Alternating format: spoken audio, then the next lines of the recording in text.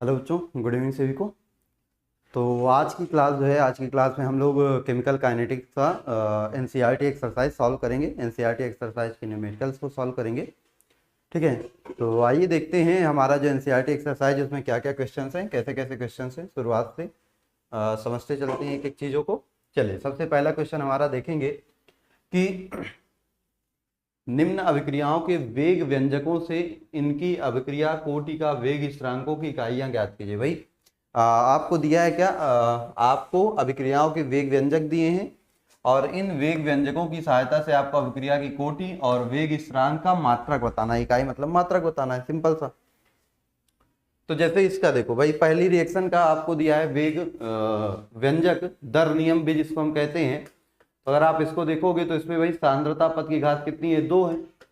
तो जब सांद्रता पद की घात 2 होती है तो कोटि 2 होती है, और कोटि 2 होगी तो मात्रक क्या हो जाएगा, मात्रक हो जाएगा मोल 1 - 2 लीटर 2 - 1 सेकेंड इनवर्स। ये हो जाएगा क्या, मोल -1 लीटर सेकेंड इनवर्स। ये पहले वाले का मात्रक हो जाएगा, सिंपल सा भाई। सांद्रता पद की जो घात होती है वो कोटि को दर्शाती है, 2 घात 2 कोटि, और कोटि 2 होगी तो मात्रक क्या होता है, मोल -1 लीटर सेकेंड इनवर्स। ये पहले क्वेश्चन का आपको क्या मिलेगा, आंसर होगा।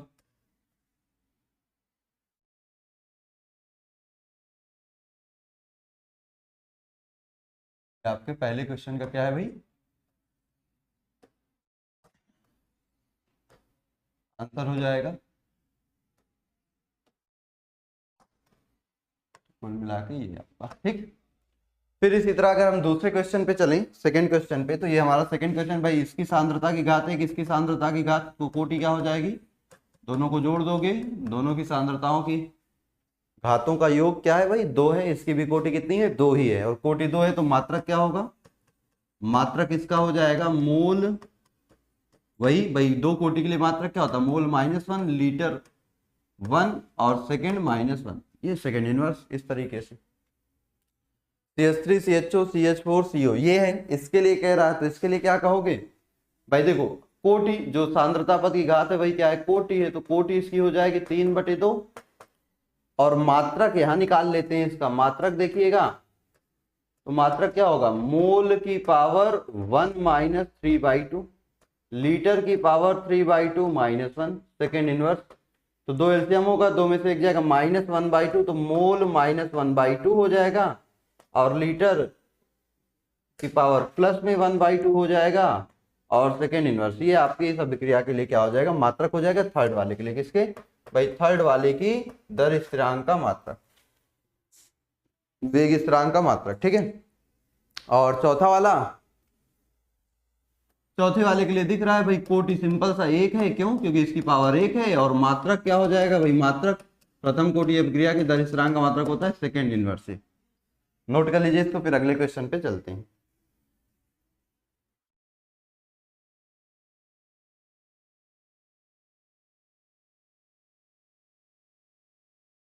नोट हो गया सभी का, आगे बढ़ा जाए।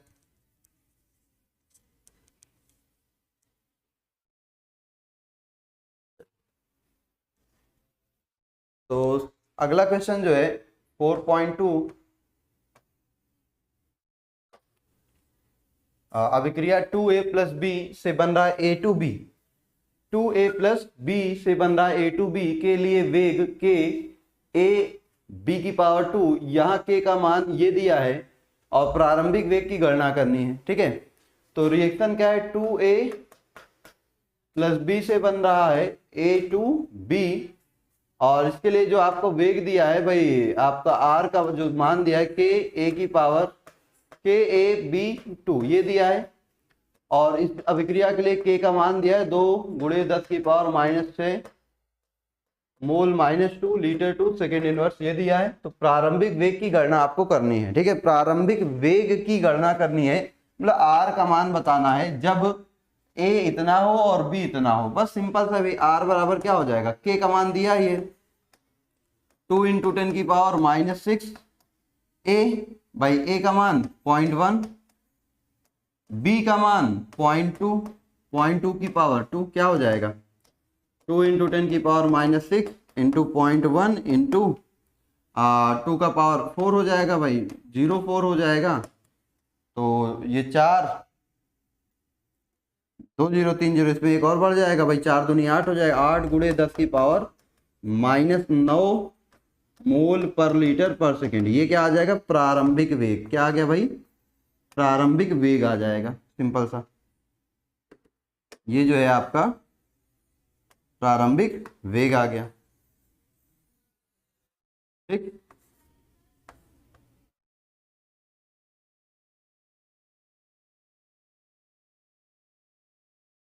नोट कर लीजिएगा इसको,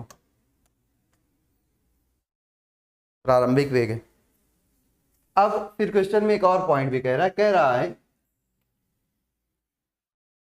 अभिक्रिया की वेग की गणना कीजिए जब a जो है वो घटकर 0.6 रह जाता है। तो भाई हमारा a था कितना, a था 0.1 मोल पर लीटर था। कह रहा है a घटकर 0.06 रह जाता है, तो शेष a, भाई शेष a कितना बचेगा, बचा हुआ a कितना है 0.06 मोल पर लीटर। तो हम ये निकाल लें क्या कि अभिक्रिया या प्रयुक्त, भाई ए कितना प्रयोग हुआ है, अभिक्रिया में ए कितना खर्च हुआ है। तो हम खर्च लिख देते हैं, खर्च ए भाई ए कितना खर्च हुआ है, तो था 0.1 जिसमें से बचा है 0.6, तो खर्च कितना होगा 0.04, भाई 0.04 खर्च हुआ, यही तो होगा भाई। आपके पास 0.1 मोल ए के थे जिसमें से बचे कितने 0.06 मोल, मतलब खर्च कितना हुआ है, तो भाई 1 में से 0.06 घटा दो, 0.04 खर्च हो चुका है। अब आप देखोगे तो 2 मोल ए का 2 मोल बी के 1 मोल से क्रिया करता है, ए का 2 मोल बी के 1 मोल से क्रिया करता है। According to reaction 2 mole A B के 1 मोल से रिएक्शन करता है, तो बी की मात्रा, बी की खर्च मात्रा कितनी हो जाएगी भाई, बी की खर्च मात्रा कितनी हो जाएगी, अगर हम निकालेंगे 2a, भाई a का 2 मोल क्रिया करता है b के 1 मोल से, तो a का 1 मोल क्रिया करेगा b के भाई कितनी b/2 से, यही तो करेगा ना।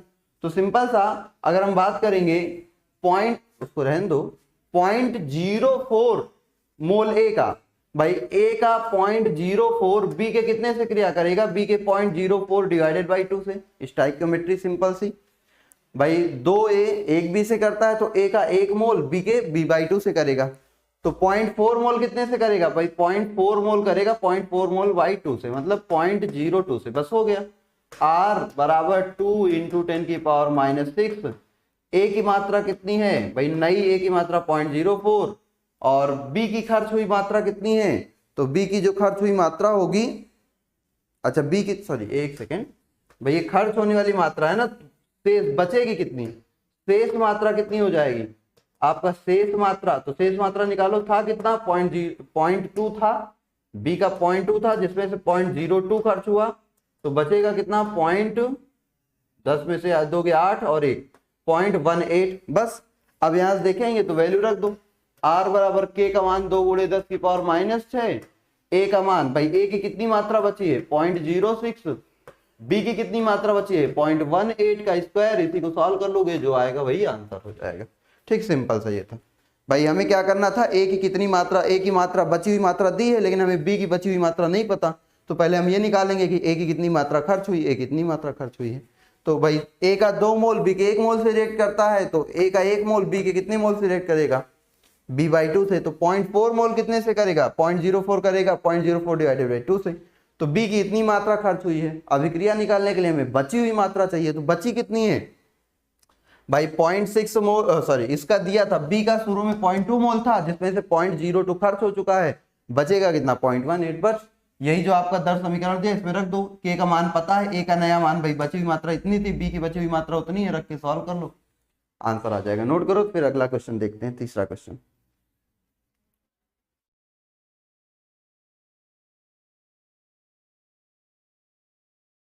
ठीक, चलिए अगला क्वेश्चन देखते हैं। थर्ड क्वेश्चन क्या है, प्लेटिनम सतह पर NH3 का अपघटन शून्य कोटि अभिक्रिया है, N2 और H2 के उत्पादन की दर क्या होगी जब K का मान, देखो भाई K का मान दिया है, K बराबर क्या दिया है 2.5 इंटू 10 टू दी पावर 4 मोल पर लीटर पर सेकेंड, ये के का मान दिया है।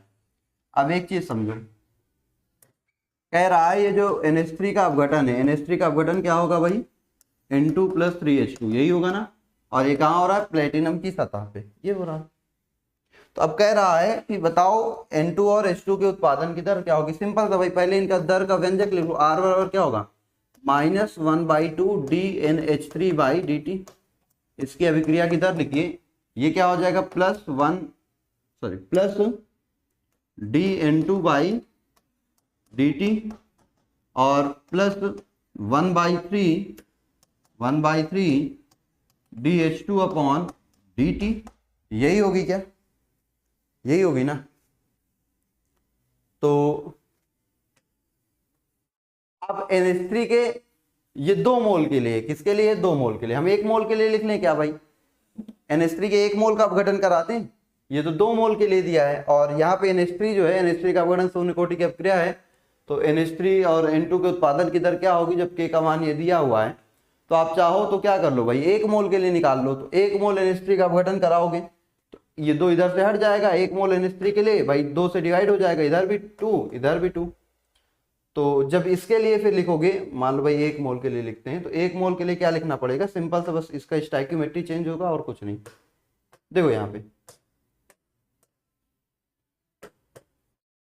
भाई, अब ये 1 हो गया तो इसमें केवल माइनस लगाओ और कुछ में चेंज करने की जरूरत नहीं है। और यहाँ क्या हो जाएगा, ये 1/2 हो गया ना, तो 1/2 का मतलब क्या होगा भाई, 1/2 का मतलब होगा 1/1/2, और ये 2 ऊपर चला जाएगा, तो अगर यहाँ डिवाइड में तो यहाँ मल्टीप्लाई कर देंगे, ये 2 हो जाएगा। और यहाँ 3/2 है तो ये भी उल्टा हो जाएगा, 2/3 हो जाएगा, क्योंकि डिवाइड में जाएगा। अब आपको पता है शून्य कोटि के लिए क्या होता है, शून्य कोटि के लिए भाई R जो होता है वो K के बराबर होता है, क्योंकि जो अभिक्रिया की दर होती है वो अभिकारक की सांद्रता पर निर्भर नहीं होती है। तो क्या इस R की जगह आप K रख सकते हो, बिल्कुल रख सकते हो। तो हम क्या कह सकते हैं कि -dNH3/dt बराबर प्लस 2dN2/dt बराबर प्लस 2/3 dH2/dt बराबर होगा किसके, के। तो बस भाई इन दोनों की दर निकालनी है, तो 2dN2/dt आपको निकालना है, कितना है भाई, ये के बराबर है। के का मान कितना है, के का मान 2.5 × 10⁻⁴। ये देखो, तो 2 से डिवाइड कर दो, बस आ गया dN2/dt आ गया। dN2/dt बराबर आ जाएगा 1.25 × 10⁻⁴। इसी तरह हाइड्रोजन की पूछा है, तो हाइड्रोजन के लिए क्या हो जाएगा, 2/3 dH2/dt बराबर किसके, के का मान कितना, 2.5 × 10⁻⁴। तो 2 से काटोगे ये आएगा 1.25, तो dH2/dt क्या हो जाएगा, dH2/dt बराबर साइन प्लस था ना, बराबर क्या हो जाएगा, 2 × 5 × 3 डिवाइडेड बाई 2 × 10⁻⁴। सॉल्व कर लेना, जो आएगा वही आंसर हो जाएगा। सिंपल सा क्वेश्चन था, नोट करो इसको फिर जल्दी से, इसको भी नोट कर लीजिए सभी बच्चे।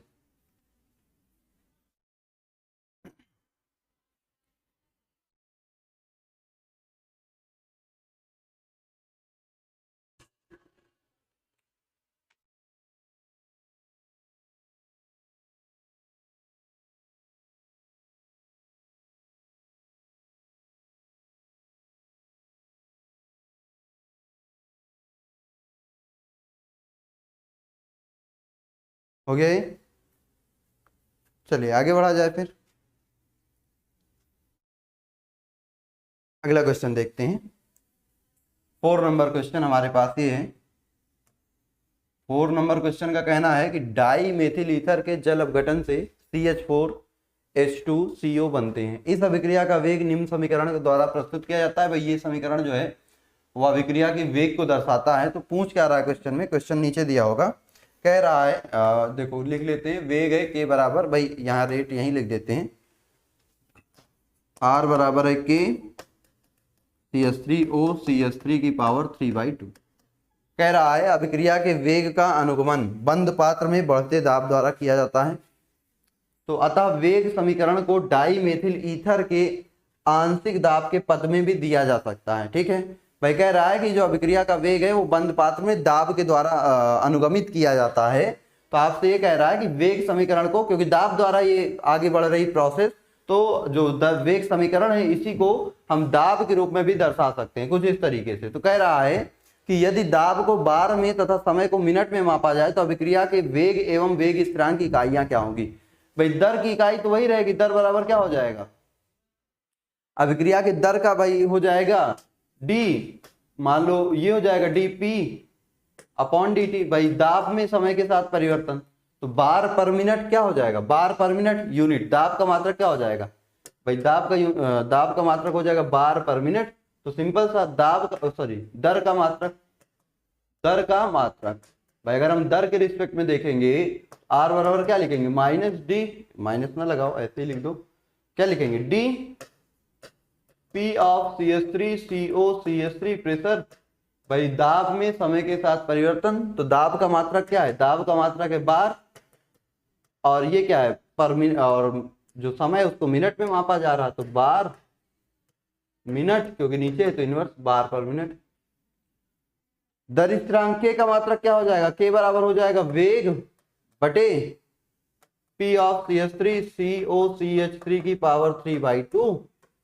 तो भाई वेग का मात्रक क्या है, वेग का मात्रक है बार पर मिनट, और दाब का मात्रक क्या होगा बार की पावर 3/2। ऊपर जाएगा माइनस में हो जाएगा बार 1 - 3/2 मिनट इनवर्स, तो ये आ जाएगा बार -1/2 मिनट इनवर्स। ये आपका आंसर हो जाएगा। तो भाई ये दर का मात्रक हो गया और ये आपके दर स्थिरांक का मात्रक हो गया। नोट करिए जल्दी से इसको, फिर आगे की कहानी को समझते हैं। जल्दी से तुरंत इसको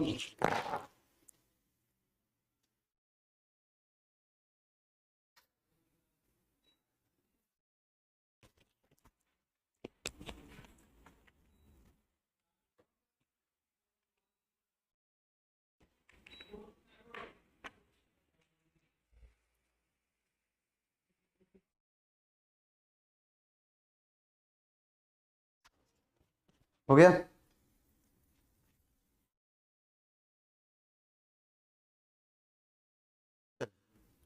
तो अगला क्वेश्चन देखते हैं फिर। अगला क्वेश्चन क्या कहता है, अगला क्वेश्चन कहता है कि रासायनिक अभिक्रिया के वेग पर प्रभाव डालने वाले कारक। भाई पढ़ाया है अभिक्रिया की दर को प्रभावित करने वाले कारक, थ्योरेटिकल पॉइंट है, ये आप खुद से देख लेंगे।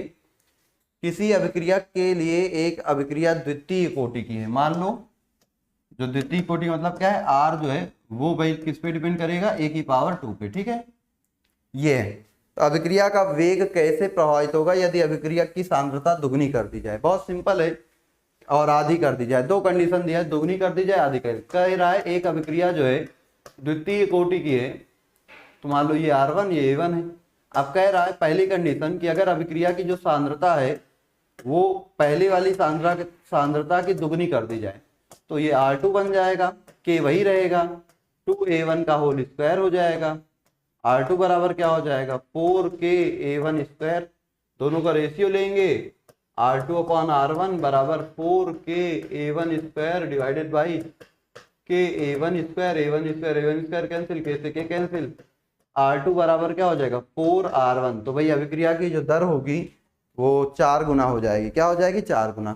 ठीक है, तो अगर अभिकारक की सांद्रता दुगनी करोगे तो अभिक्रिया की दर 4 गुना हो जाएगी। दूसरी कंडीशन कह रहा है कि जो अभिक्रिया की दर है, अभिक्रिया की जो नई सांद्रता है उसको हम क्या कर देंगे भाई पहले वाले की आधी कर दें, रख दो फिर से।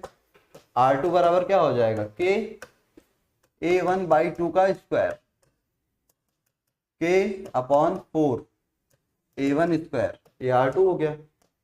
R2/R1 इज इक्वल टू क्या हो जाएगा K/4 A1 square divided by A1 square, K से K कैंसिल, इसे cancel, R2 is equal to 1/4 R1 by 1/4 हो जाएगी। अगर अभिक्रिया की जो सांद्रता है, अभिक्रिया की सांद्रता को आप क्या करते हो आधा कर दोगे तो अभिक्रिया की दर 1/4 कम हो जाएगी। दुगना करने पर 4 गुना बढ़ जाएगी, आधा करने पर 1/4 घट जाएगी। नोट कर लो इसको, नोट करो, फिर अगला क्वेश्चन देखते हैं।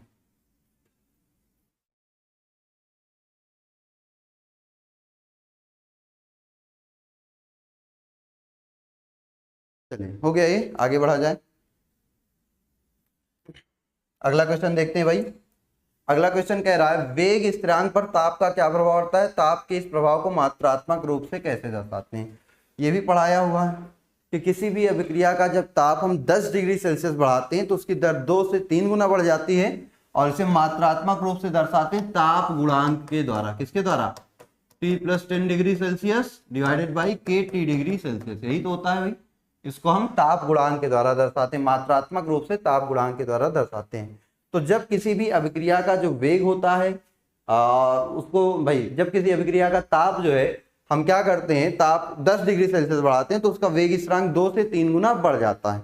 वेग स्थिरांक 2 से 3 गुना बढ़ जाता है, और इसे हम किससे भाई, ताप गुणांक के द्वारा दर्शाते हैं, मात्रात्मक रूप से ताप गुणांक के द्वारा दर्शाते हैं। ये हो गया। अगला क्या कह रहा है, अगला क्वेश्चन देखो ध्यान से, क्या कह रहा है, जल में एस्टर के छद्म प्रथम कोटि के जल अपघटन के निम्नलिखित आंकड़े प्राप्त हुए हैं। चलो भाई ये क्या क्या आंकड़े प्राप्त हुए हैं एक जगह हम पहले नोट कर लेते हैं इसको, ताकि हमारे लिए आसान हो जाए। 0, 30, 60, 90 समय दिया है, 0, 30, 60, 90, ठीक है, और सांद्रता दी है 55, 31, 17, 85, 0.55, 0.31, 0.17, 0.085, ये आपको सांद्रता दी है अलग अलग समय पर। अब क्वेश्चन क्या कह रहा है, चलो उसको पढ़ लेते हैं। कह रहा है 30, पहला क्वेश्चन, 30 से 60 सेकेंड समय अंतराल में औसत वेग की गणना कीजिए। औसत वेग पूछा है, ध्यान दीजिए, औसत वेग। औसत वेग समझते हो ना, औसत वेग का मतलब क्या है, औसत वेग, पहला क्वेश्चन है औसत वेग पूछा है। औसत वेग का मतलब समझते हो ना भाई, आर एवरेज मतलब क्या, C2 minus C1 upon T2 minus T1। कहां से कहां तक पूछा है, 30 से 60 के बीच, इन दोनों के बीच। तो इन दोनों के बीच क्या हो जाएगा, देखो भाई, ये T1 हो गया, ये T2 हो गया, ये C1 हो गया, ये C2 हो गया। C2 कितना है 0.17, C1 कितना है 0.31, डिवाइडेड बाई ये कितना है C2 T2 है माइनस, और ये घटा दो 4, 10 भाई 0.14 होगा ये, डिवाइडेड बाई क्या करेंगे इसमें 30, और ये निगेटिव आएगा, बस हो गया सॉल्व। इसको डिवाइड करेंगे 0.014 होगा 0.005, ये आएगा लगभग आंसर, ठीक है, मोल पर लीटर पर सेकंड। ये क्या आ जाएगा भाई, इतने मोल पर लीटर पर सेकंड, ये आपका आंसर आ जाएगा। इतने भाई दर क्या होता है, मोल पर लीटर पर सेकंड। ये पहला क्वेश्चन यहाँ से सॉल्व होता है। चलो दूसरे क्वेश्चन की तरफ बढ़े, दूसरा क्वेश्चन देखते हैं। दूसरे क्वेश्चन में क्या होगा, अगला क्वेश्चन उसी में क्या पूछा था, चलो देखते हैं। अगला क्वेश्चन कह रहा है एस्टर के जल अपघटन के लिए छद्म प्रथम कोटि अभिक्रिया के वेग स्थिरांक की गणना कीजिए। तो भाई वेग स्थिरांक जो होगा वो कैसे निकलेगा, आइए उसकी बात करते हैं। तो वेग स्थिरांक जो होगा इसके लिए औसत निकलेगा, क्योंकि देखो हमें 4 अलग अलग समय पर 4 अलग अलग सांद्रताएं दी हैं, तो हर समय पर जो सांद्रता दी है उसके रिस्पेक्ट में हमें क्या करना होगा, उसके रिस्पेक्ट में हमें पहले वेग स्थिरांक निकालना होगा, और फिर उन सभी वेग स्थिरांकों का अनुपात निकालना होगा। देखो कैसे भाई, पहली कंडीशन अगर हम लें, जब t बराबर क्या है जी, पहली कंडीशन लेते हैं, पहले फॉर्मूला लिख देते हैं k का। k बराबर होता है 2.303 upon t log a0 upon a, यही तो फॉर्मूला होता है। चलो k निकालना है, पहले k1, पहली कंडीशन k1 निकालते हैं। k1 कैसे निकलेगा, 2.303 डिवाइडेड बाई, जब ये t1 मान लो, ये t2 मान लो, ये t3, एक सेकेंड, इसको जो है t रहने दो, ये t1 मान लो, ये t2 मान लो, और ये t3 मान लो, ठीक है। तो जब t1 कितना है, t1 है 30 सेकेंड, log बेस 10 प्रारंभिक सांद्रता 0.55, बची कितनी है भाई, बची हुई सांद्रता 30 सेकेंड के बाद कितनी बची है 0.31। ये पहला k1 आएगा, अभी कैलकुलेट कर लेते हैं सभी को, फिर दूसरा देखो, यहीं पे दूसरा भाई k2 निकालेंगे। k2 क्या हो जाएगा 2.303 डिवाइडेड बाई t2 टाइम पे, भाई टाइम कितना है 60, log बेस 10। एक बात बताओ, प्रारंभिक सांद्रता तो यही है, क्योंकि हम 0 से 60 लेकर चल रहे हैं भाई, हम यहां से यहां सीधे आए हैं कि 60 सेकंड बाद क्या कंडीशन है। तो भाई 60 सेकंड बाद बची हुई सांद्रता कितनी है, 0.17, ये हो गया, ये K2 आ जाएगा। और इसी तरह हम K3 निकालेंगे। K3 क्या निकालेंगे भाई, K3 निकालेंगे, क्या निकालेंगे, K3 निकालेंगे, K1 K2 एंड K3 निकालेंगे। K3 क्या हो जाएगा 2.303, टाइम कितना हो गया 90 मिनट, 90 सेकंड दिया है, जो भी दिया है मिनट दिया है, ठीक है ये तो 90 हो गया। और फिर log बेस 10, शुरुआती सांद्रता तो यही रहेगी, और 90 सेकंड के बाद कितनी सांद्रता बची है, ये 0.085। चलो सॉल्व करते हैं, सभी को निकालते हैं सबकी वैल्यू। चलो भैया with the help of calculator, थोड़ी सी कैलकुलेटर की हमें क्या करनी पड़ेगी, हेल्प लेनी पड़ेगी। तो देखते हैं यहाँ पे 0.55 को डिवाइड कर दो 0.31 से, तो आएगा 1.77, और log की वैल्यू ले लो भाई, log 1.77 की वैल्यू आएगी 0.248, तो 2.303 डिवाइडेड बाई 13 इंटू 0.248 ये आया है। और अगर हम इसका मल्टीप्लाई करें, चलो भाई 2.303 इंटू 0.248 डिवाइडेड बाई किससे कर दें 30, ये आ जाएगा 0.0190, ये आएगा, ठीक है। चलो या इसी को हम ऐसे लिख सकते हैं 1.9 इंटू 10⁻⁻², ठीक, ये हो गया। चलो अगला देखते हैं, K2 सॉल्व करते हैं। K2 को भी ऐसे ही सॉल्व करेंगे भाई, K2 को ऐसे सॉल्व करते हैं, देखते हैं K2 क्या होगा। 0.55 डिवाइडेड बाई 0.17 है, तो ये आपका 3.24 आ रहा है। और log की वैल्यू लेते हैं, log 3.24, log 3.24 की वैल्यू कितनी आएगी 0.510, तो ये आ जाएगा 2.303 डिवाइडेड बाई 60 इंटू 0.510, ये आ गया। चलो भाई इसको भी सॉल्व कर लो, कैलकुलेट करो, क्या करोगे 2.303 इंटू 0.510 डिवाइडेड बाई 60, ये आ जाएगा 0.0195, तो इसको हम लिख सकते हैं 1.95 इंटू 10⁻⁻², ये K2 आ जाएगा। चले K3 की कैलकुलेशन करें, तो K3 की कैलकुलेशन में देखेंगे 0.55 को डिवाइड करना है 0.085 से, तो आएगा 6.47। अब log 6.47 की वैल्यू 6.47 की वैल्यू 0.810, तो ये आएगा 2.303 डिवाइडेड बाई 90 इंटू 0.810, ये चलो इसको कैलकुलेट कर लेते हैं भाई, इसको कैलकुलेट करो कितना आएगा 2.303 इंटू 0.810 डिवाइडेड बाई 90, ये आ जाएगा 0.020, मतलब इसको हम लिख सकते हैं 2 इंटू 10⁻⁻²। ये के का मान आया है, प्रथम कोटि है इसलिए सेकेंड इनवर्स, सबका मात्रक सेकेंड इनवर्स, सबका मात्रक सेकेंड इनवर्स। अब आपसे कह रहा है ओवरऑल निकालना है, तो ओवरऑल के क्या आएगा भाई, इन तीनों का औसत अलग अलग समय पर K1 plus K2 plus K3 divided by 3, इन तीनों का औसत होगा, ठीक है। तीन अलग अलग समय पर तीन अलग अलग सांद्रताएं दी थी, सभी पर हमने K1 K2 K3 सभी सांद्रताओं पर अलग अलग दर स्थिरांक निकाल लिए। इन दर स्थिरांकों का जो योग है वही भाई सब में से देखो 10⁻⁻² कॉमन हो जाएगा, 1.9 1.95 2 प्लस 2, और सभी के इनटू में क्या रहेगा 10⁻⁻² डिवाइडेड बाई 3, तो ये क्या हो जाएगा देखो 3.9 4.9 और भाई ये 3.2 1 3 1 4 और 9 9 80 85, तो 5.85 गुणे 10⁻⁻² बटे 3, तो 3 से डिवाइड करिएगा, 3 1 कम 3 2 बचेगा, 3 कम 3 2 बचेगा, 3 9 27 1 बचेगा, 3 5 15 गुणे 10⁻⁻², ये आपका सेकेंड यूनिट। ये क्या आएगा इस अभिक्रिया के लिए वेग स्थिरांक, औसत वेग स्थिरांक। तो इस तरह से इसकी कैलकुलेशन करेंगे, ठीक है। चलिए इसको नोट करिए जल्दी से, फिर अगला क्वेश्चन देखते हैं। बड़ा प्यारा क्वेश्चन ये था यार, इसको लिख दो, प्यारा क्वेश्चन, बहुत ही प्यारा क्वेश्चन था ये, है ना। चलो नोट कर लो इसको। अरे एनसीईआरटी के क्वेश्चन आपके इतने अच्छे हैं, इतने बढ़िया कॉन्सेप्चुअल हैं कि अगर आप एनसीईआरटी को ही सॉल्व कर लेते हो तो अदर बुक में जो भी क्वेश्चन रहेंगे उनको सॉल्व करना आपके लिए कोई बड़ी बात नहीं होगी, आसानी से आप सॉल्व कर लोगे चाहे कैसे भी क्वेश्चन आ जाए। तो एनसीईआरटी फोकस करना बहुत जरूरी है। एनसीईआरटी में हर कॉन्सेप्ट का, हर अच्छे अच्छे कॉन्सेप्ट के क्वेश्चन आपको मिल जाएंगे। चलिए अगला देखते हैं, आगे कहानी, इसको पॉज करके नोट करिएगा। अगला क्वेश्चन देखते हैं भाई। अगला क्वेश्चन देखा जाए तो अगला क्वेश्चन आपसे क्या कहता है। अगला क्वेश्चन कहता है एक अभिक्रिया ए के प्रति प्रथम तथा बी के प्रति द्वितीय कोटि के, यही लिख दें क्या, R इज इक्वल टू के, ए के प्रति प्रथम है और बी के प्रति द्वितीय, मतलब ए की पावर 1 और बी की पावर 2, यही तो होगा। अवकल वेग समीकरण ये हो गया, R इज इक्वल टू के, ए बी की पावर 2।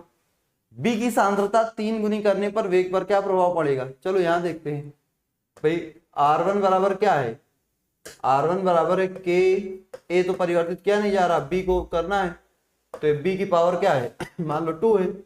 कह रहा जो R2 है, सॉरी जो नई सांद्रता है बी की, B2 जो है वो कितनी कर देनी है, वो कर देनी है 3 गुनी ना, 3 भी कर देनी है। बी की सांद्रता 3 गुनी कर दो, चलो R2 क्या बनेगा, R2 बराबर हो जाएगा के, ए तो वही रहेगा, ये क्या हो जाएगा 3b की पावर 2, तो हो जाएगा R2 बराबर के ए और 3 का क्या 9b स्क्वायर। तो R2 अपॉन R1 अगर करेंगे तो क्या हो जाएगा 9k A B square divided by K A B square, B square से बी स्क्वायर, के से के, ए से ए, सब कैंसिल। R2 बराबर आ जाएगा 9R1। तो देखो यहां से क्या दिख रहा है कि B की सांद्रता 3 गुनी करने पर अभिक्रिया की दर 9 गुनी बढ़ जाएगी। भाई नई दर क्या हो गई, पहले वाले की 9 गुना हो गई, तो अभिक्रिया की दर 3 गुनी करने पर जो दर जो है दर 9 गुना बढ़ जाएगी। सिंपल सा 9 गुना बढ़ जाएगी, दर 9 गुना बढ़ जाएगी। चलो अगला, ए तथा बी दोनों की सांद्रता दुगनी करने पर क्या प्रभाव पड़ेगा, तो भाई यहीं से ले लो, ए की भी सांद्रता दुगनी कर दे रहा है तो क्या हो गया ए के, अब ए को भी क्या कर दिया 2a और बी तो 3 भी कर ही रहा है, तो ये हो जाएगा R2 बराबर 18 के ए बी की पावर 2। अब देखो ये के ए बी की पावर 2 की जगह R1 रख सकते हो क्या, रख दो, तो R2 बराबर क्या हो जाएगा 18R1, ये हो गया। तो भाई अगर दोनों की सांद्रता दुगनी करेंगे तो अभिक्रिया की दर 18 गुना बढ़ जाएगी, क्या हो जाएगी 18 गुना बढ़ जाएगी। नोट कर लीजिए इसको, अगर ए और बी दोनों की सांद्रताएं बढ़ा देते हैं, दुगनी कर देते हैं, तो अभिक्रिया की दर 18 गुना बढ़ जाएगी। नोट करिए, फिर आगे बढ़ते हैं।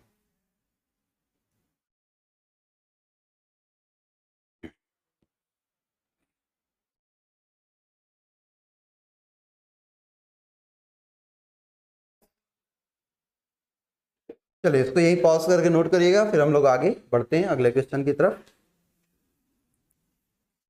अगला क्वेश्चन है 10वां क्वेश्चन, क्या कह रहा है कि ए और बी के मध्य अभिक्रिया में, ए और बी के मध्य अभिक्रिया में ए और बी की विभिन्न प्रारंभिक सांद्रताओं के लिए प्रारंभिक वेग नीचे दिए गए हैं। ए और बी के लिए प्रारंभिक वेग आपको दिया गया है, आर दिया है, ए और बी की सांद्रताएं दी हैं।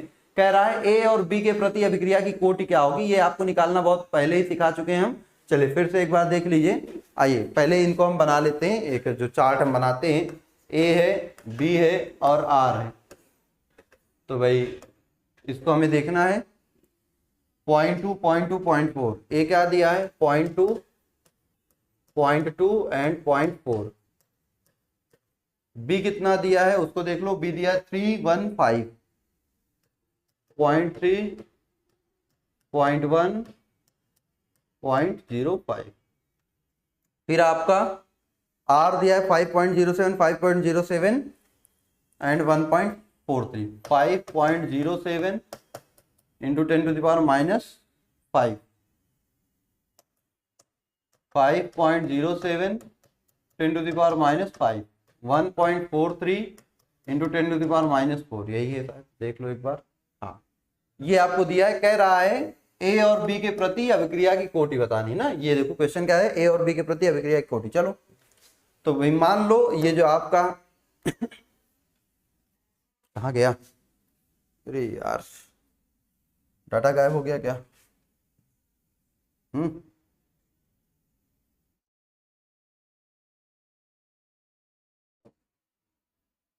ओहो सारा डाटा गायब हो गया जो लिखा। चलो कोई बात नहीं, फिर से लिख देते हैं, ए बी एंड आर 0.2, 0.3, 0.2, 0.4, 0.05, 0.1, 5.07, 5.07, 1.43, ये आपके पास डाटा दिया है। ठीक है, आपसे ए और बी के प्रति अभिक्रिया के दर पूछ रहा है। मान लो ए के प्रति अभिक्रिया की कोटि है x और बी के प्रति अभिक्रिया कोटि है y।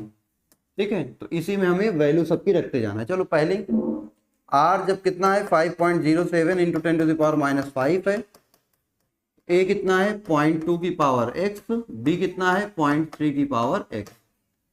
चलो ये पहला इक्वेशन हो गया। दूसरा 5.07 इंटू 10 टू द पावर -4 बराबर क्या है कि ये कितना है भाई 0.2 ही है x, और ये कितना है 0.1 हो गया कितना y, ये y है सॉरी y। ये इक्वेशन 2 हो गया। और तीसरे का मान भी रखो। तीसरे में जो रेट है वो है 1.43 into 10 to the power -4 is equal to k। ये क्या हो जाएगा 0.40 की पावर x, और ये क्या हो जाएगा भाई 0.05 की पावर y। ये तीसरा हो गया। बस कुछ यहाँ पे अब करना ही नहीं। क्या करना है, सिंपल से देखेंगे तो इक्वेशन फर्स्ट को डिवाइड कर दो इक्वेशन सेकेंड से, करके देखो।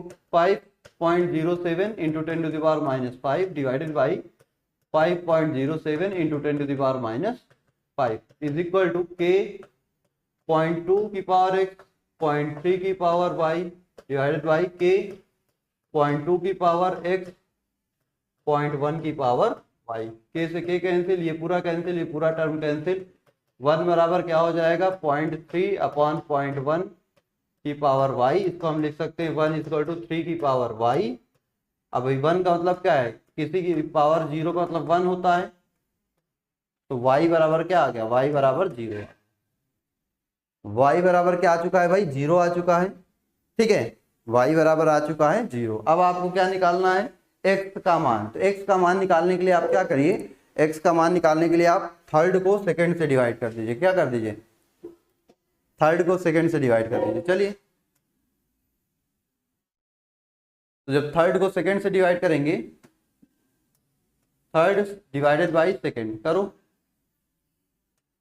1.43 into 10 to the power -4 divided by 5.07 into 10 to the power -5 is equal to third में क्या है k 0.4 की पावर x, 0.05 की power y divided by k 0.2 की पावर x, 0.1 की पावर y।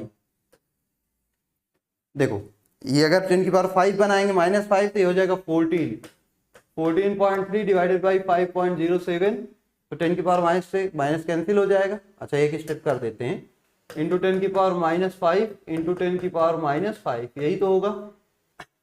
और बराबर क्या भाई, k से k कैंसिल।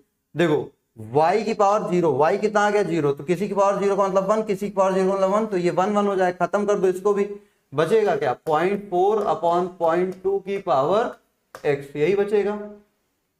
अगर इसको काटते हैं तो भाई इसको कट करने पर कितना मिलेगा, देखो 14 ये तो पूरा कैंसिल हो जाएगा। अब 14.3 को अगर आप 5.07 से कट करते हो, क्या करते हो 14.3 को डिवाइड करो 5.07 से, तो ये वैल्यू लगभग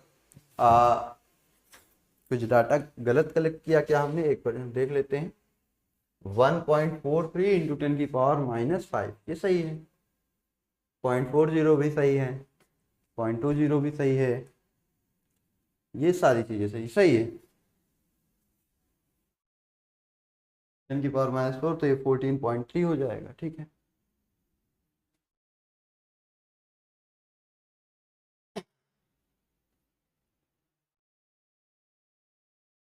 एक माइनस करेंगे, गुणे 10 की पावर -4। ठीक है, चलो देखो यहाँ पे इसको कट करोगे तो 2.82 आ रहा है। कितना आ रहा है 2.82, और इसको कट करोगे तो ये 2 की पावर x आ रहा।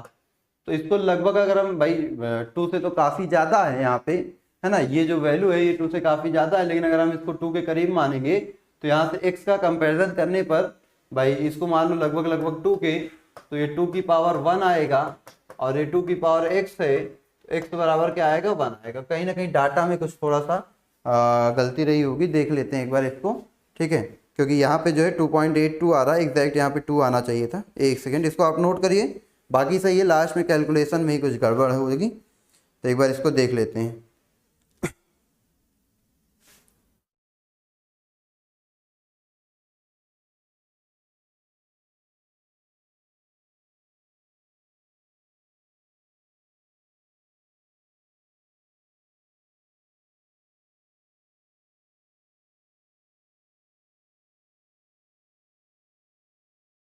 नोट करिए इसको, तो देखते हैं फिर।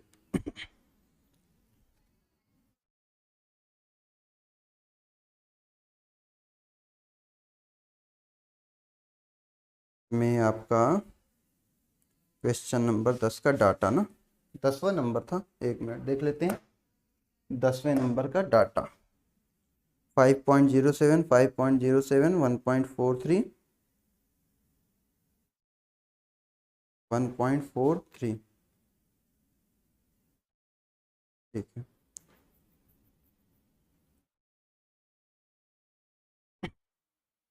चलो ठीक है, तो सही है, वो चीज़ें सही हैं, बस यहाँ पे थोड़ा सा सारी कैलकुलेशन सही है, तो फिर यहाँ पे हमें कुछ चेंज करना पड़ेगा। क्यों भाई? देखो यहाँ पे फिर ये 1 नहीं लेंगे, देखो यहाँ पे क्या हो जाएगा, ये 2.82 आया है ना, तो 2.82 आया है, तो इसको फिर हमें कन्वर्ट करना ही पड़ेगा भाई। ये देखना पड़ेगा कि ये जो 2.82 है ये इसके कितने पावर, भाई 2 की पावर, इसको हम लिख सकते हैं 2 की पावर 1.5, कितनी लिख सकते हैं 2 की पावर 1.5, ठीक है। अगर आप 2 की पावर 1.5 करते हैं, ठीक है, 2 का स्क्वायर नहीं, 2 की पावर 1.5 करना है आपको। 1.5 मतलब समझते हो ना, 1.5 का मतलब ये देखो, 1.5 मतलब 2 की पावर 3/2,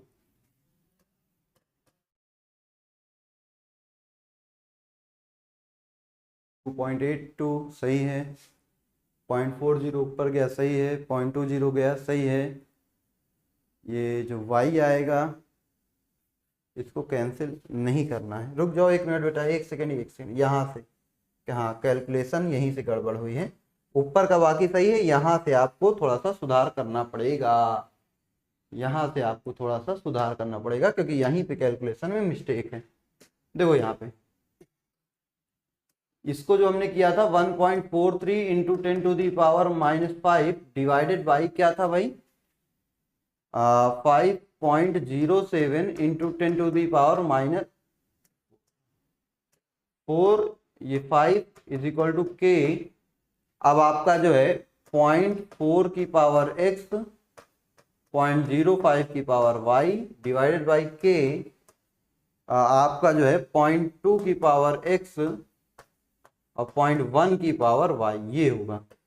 इस y वाले को अभी कैंसिल नहीं करेंगे, इसको लिख सकते हैं 14.3 divided into 10⁻⁵ divided by 5.07 into 10⁻⁵, ये इज इक्वल टू के से के कैंसिल हो जाएगा, ये 0.4 की अपॉन 0.2 की पावर x हो गया, और इसको अभी कैंसिल ना करते हुए 0.05 डिवाइडेड बाई 0.1 की पावर y रखते हैं, तो यहाँ से देखेंगे तो ये 2.82 आएगा इंटू 10 टू द पावर, भाई 10 की पावर 10 कैंसिल हो जाएगा, इससे ये कैंसिल हो जाएगा, ये बचेगा 2 की पावर x और यहाँ बचेगा 1/2 की पावर y।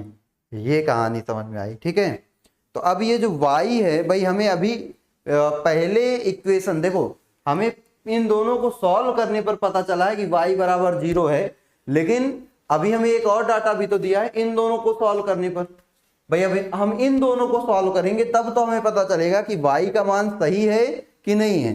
तो अभी हमने इन दोनों का मान, इन दोनों को तो सॉल्व किया नहीं, इन दोनों को अब सॉल्व कर रहे हैं ना, तो यहाँ जो y की वैल्यू है उसको यहाँ पे रख नहीं सकते हैं, वहां जो y की वैल्यू उसको वहां पे नहीं रखेंगे, ठीक है। अब इस इक्वेशन को लॉग लेकर हमें सॉल्व करना पड़ेगा, तब जाके फिर हमारा आंसर कुछ आएगा, ठीक है, तब हमारा क्या आएगा भाई, आंसर आएगा, ऐसे नहीं आएगा। नोट करो इसको जल्दी से। तो log 2.82 की वैल्यू देखते हैं कितनी होती है,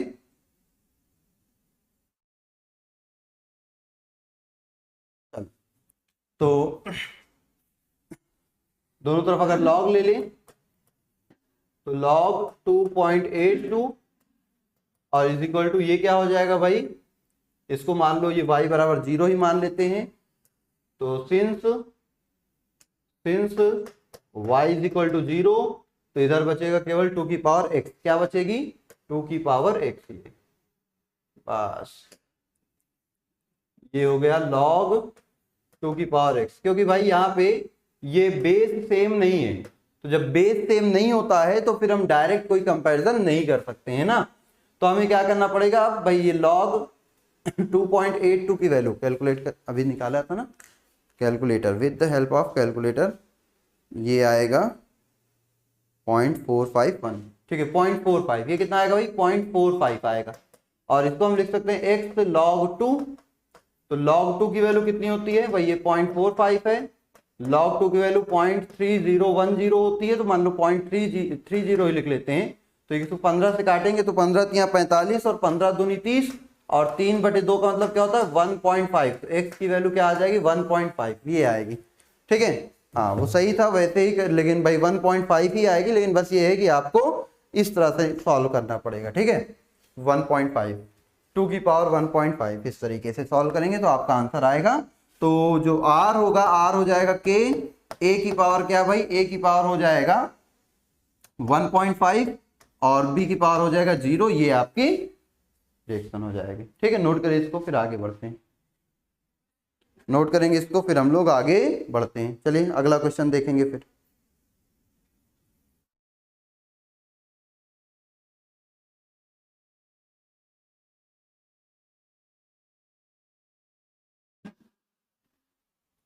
हो गया ये नोट, आगे बढ़ा जाए।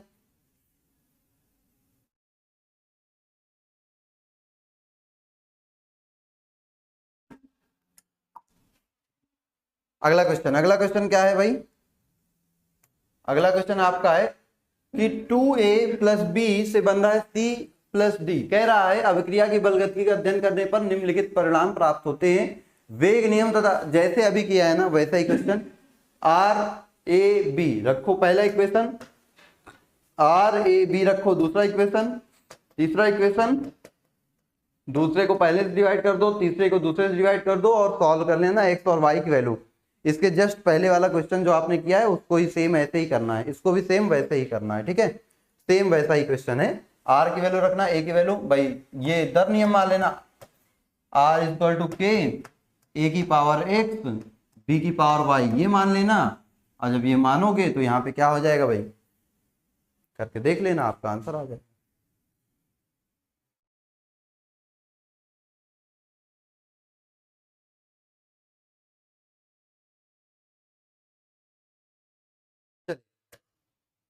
आगे देखते हैं 4.11 के बाद हमारा जो है ये है 4.12। क्या कह रहा है, आओ ध्यान से देखते हैं। कह रहा है कि एक अभिक्रिया है जो a के प्रति प्रथम कोटि की तथा b के प्रति शून्य कोटि की है। मतलब r इक्वल टू क्या है भाई, किसी की पावर 0 का मतलब 1, r इक्वल टू ka है। ये कह रहा है निम्न तालिका में रिक्त स्थान भरने हैं, रिक्त स्थान भरने हैं। चलो भाई पहले r दिया है, पहला इंफॉर्मेशन, पहली वाले में पहली कंडीशन में r देखो, r दिया है 2 × 10⁻⁻2, k हमें नहीं पता लेकिन a तो पता है ना 0.1, तो k इज इक्वल टू क्या हो जाएगा, k इज इक्वल टू हो जाएगा 2 × 10⁻2 डिवाइडेड बाई 0.1।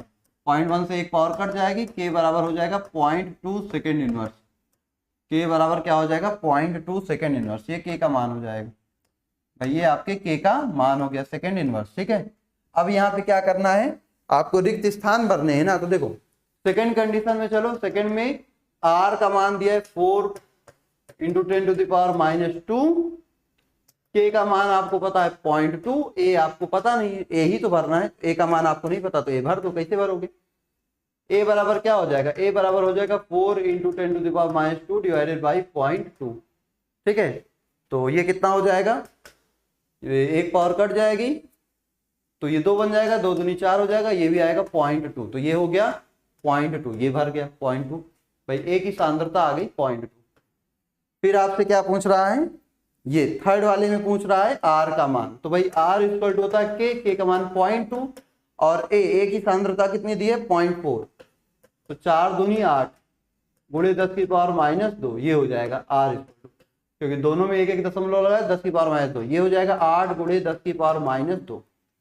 फिर कह रहा है चौथे में बताओ, तो चौथे में देखो भाई a का मान a बराबर हो जाएगा r/k, यही होगा। तो r का मान क्या है, r का मान है 2 × 10⁻², और k का मान कितना है 0.2, तो कट जाएगा, ये 0.1 आ जाएगा। तो आपको a का मान मिलेगा 0.1। ये भर गई तालिका आपकी, कंप्लीट हो गया टेबल, नोट करो इसको। तो बस ये ध्यान रखना था कि r का मान क्या है, r = ka था। अब हमने k यहाँ से निकाल, पहली कंडीशन में सब दिया है, a भी दिया है, r भी दिया है, तो इससे हमने k का मान निकाल लिया। और पूरी अभिक्रिया के लिए भाई जो k है वो तो स्थिरांक है ना, स्थिर रहेगा, तो उस k का यूज करके हमने हर कंडीशन में सब वैल्यू निकाल के भर दी। ये हो गया टेबल हमारा कंप्लीट, नोट करें इसको। चलिए आगे बढ़ा जाए, फिर अगला क्वेश्चन देखते हैं। अगला क्वेश्चन देखते हैं बेटा। अगला क्वेश्चन आपका कुछ इस प्रकार से हो जाएगा। कह रहा है नीचे दी गई प्रथम कोटि अभिक्रियाओं के वेग स्थिरांक से अर्धायु की गणना कीजिए। तो ये सबका वेग स्थिरांक दिया है, k दिया है, k दिया है, k दिया है। चलो भाई कैलकुलेट करते हैं। 202 मिनट ईयर 4 साल, 200 सेकेंड 2 मिनट 4 साल, पहला दिया है 200 सेकेंड, दूसरा दिया है 2 minute, minute minute minute minute था, मिनट इनवर्स, मिनट इनवर्स, तीसरा दिया है 4 साल, ईयर्स इनवर्स। तो भाई प्रथम कोटि के लिए टी हाफ क्या होता है, टी हाफ इक्वल टू होता है 0.693/k। तो 0.693, k का मान 200, क्या हो जाएगा 2 से डिवाइड, 2 जीरो पहले लग जाएगा, 1 2 3 4 6 5 सेकेंड। ये पहले वाले का अर्धायु काल आ गया भाई, क्योंकि ये सेकेंड इनवर्स है तो अर्धायु काल सेकेंड में आएगा। ये आपका मिल गया सेकेंड, इतने सेकेंड पहले वाले का। दूसरे वाले का टी हाफ बराबर 0.693/k। के कितना है 2 दिया है, 693/2, 2 3 6, 2 4 8, 2 6 12, 2 5 10, ये इतने मिनट आ जाएगा। दूसरे वाले का अर्धायु काल इतने मिनट आ जाएगा। तीसरे वाले का टी हाफ रखो 0.693 डिवाइडेड बाई 4, 4 से डिवाइड करोगे 4 1 कम 4, 2 बचेगा, 4 7 28, 1 बचेगा, 4 3 12, 4 दूनी 8, 4 5 10, इतने ईयर्स इनवर्स, सॉरी इतने साल आ जाएगा अर्धायु काल। बस प्रथम कोटि के लिए यही फार्मूला लगाना है 0.693/k, टी हाफ निकालने के लिए। सबका के दिया था, के से डिवाइड कर दो, उतना साल उतना मिनट उतने सेकंड, आपका आंसर हो गया, खत्म। नोट कर लो इसको।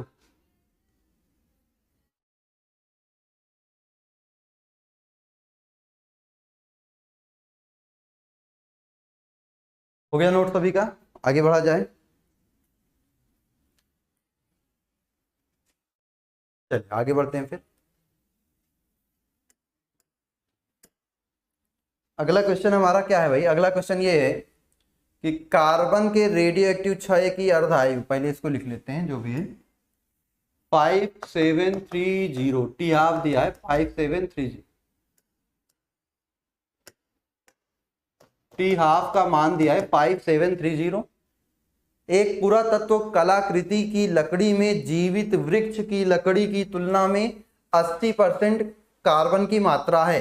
तो भाई जो कार्बन की मात्रा शेष बची है वो 80% बची है। देखो क्या कह रहा है, एक पुरातत्व की कलाकृति में की लकड़ी में जीवित वृक्ष की लकड़ी की तुलना में 80% कार्बन बचा है। मतलब अगर जीवित वृक्ष में 100 था तो इसमें कितना बचा है, 80 बचा है। तो नमूने की आयु ज्ञात करना। चलो भाई मान लेते हैं हम जीवित वृक्ष में आपका 100 था, तो शेष कितना बचा है, कह रहा 80 बचा है।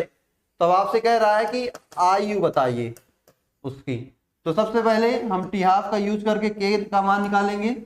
भाई के बराबर होता है 0.693/टी हाफ, तो यहाँ से के का मान आएगा 0.693/5730, ये आ गया।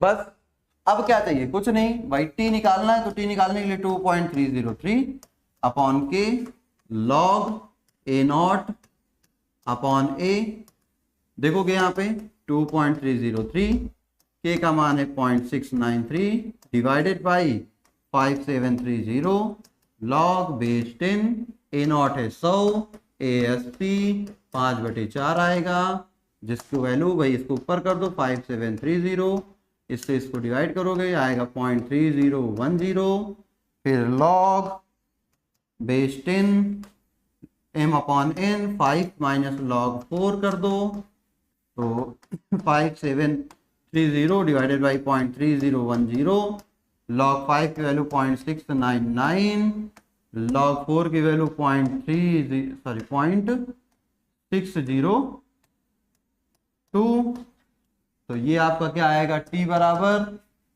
5730 डिवाइडेड बाई 0.3010 इंटू 9 में से 2 गया 7, 9 में से 0 गया 9, 0 ये, ठीक है। तो बस सॉल्व कर लो, जो आएगा भाई आंसर हो जाएगा। सॉल्व कर देते हैं भाई, इतना तो कर ही सकते हैं तुम लोगों के लिए। चलो कर देते हैं। क्या कह रहा है, ये कह रहा है 5730 इंटू 5730 इंटू क्या हो जाएगा भाई 0.097, इसको हम डिवाइड कर देते हैं किससे, इसको हम डिवाइड कर देते हैं 0.3010 से, यह आ जाएगा 1846। 1846 टी कितना आएगा 1846, और ये 5730 वर्ष दिया था ना, तो 1846 वर्ष ये इसका हो जाएगा आयु। ठीक है, नोट कर लीजिएगा इसको, फिर हम लोग आगे बढ़ते हैं। नमूने की आयु कितनी है, नमूने की आयु 1846 वर्ष हो जाएगी। ठीक है, ये आपका क्वेश्चन नंबर जो भी था, क्वेश्चन नंबर क्या था भाई, क्वेश्चन नंबर 14 था। ये आपका क्वेश्चन नंबर 14 सॉल्व, नोट कर लीजिए इसको।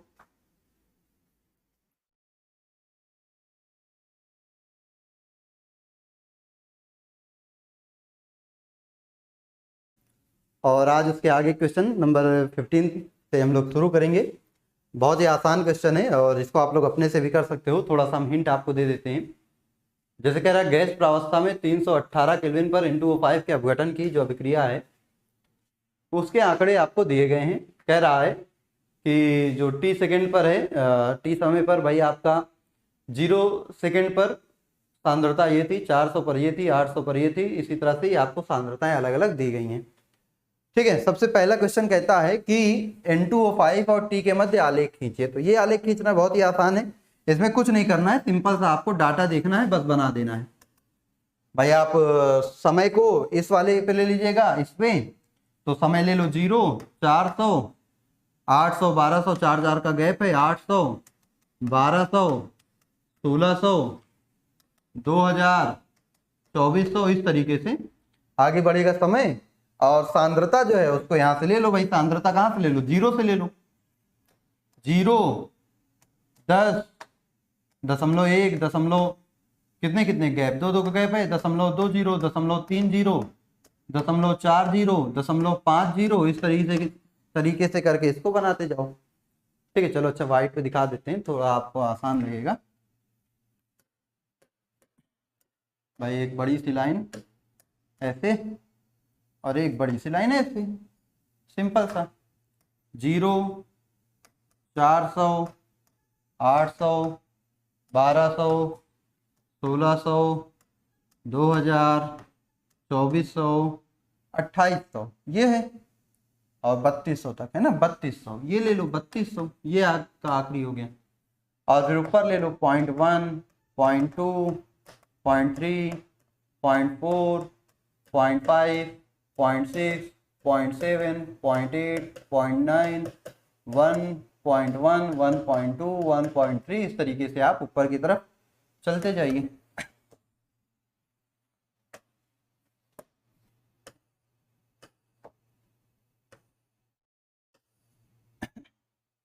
वन 1.3, 1.4, 1.5, 1.6, ऊपर मान लो यहाँ पे 1.6। बस अब इसमें से मैच करना है। मैच क्या करना है, 0 समय पे सांद्रता 1.63 थी, मतलब कि भाई 1.63 कहीं यहाँ पर आएगी, 0 सेकेंड पर भाई ये यहाँ से ग्राफ शुरू होगा।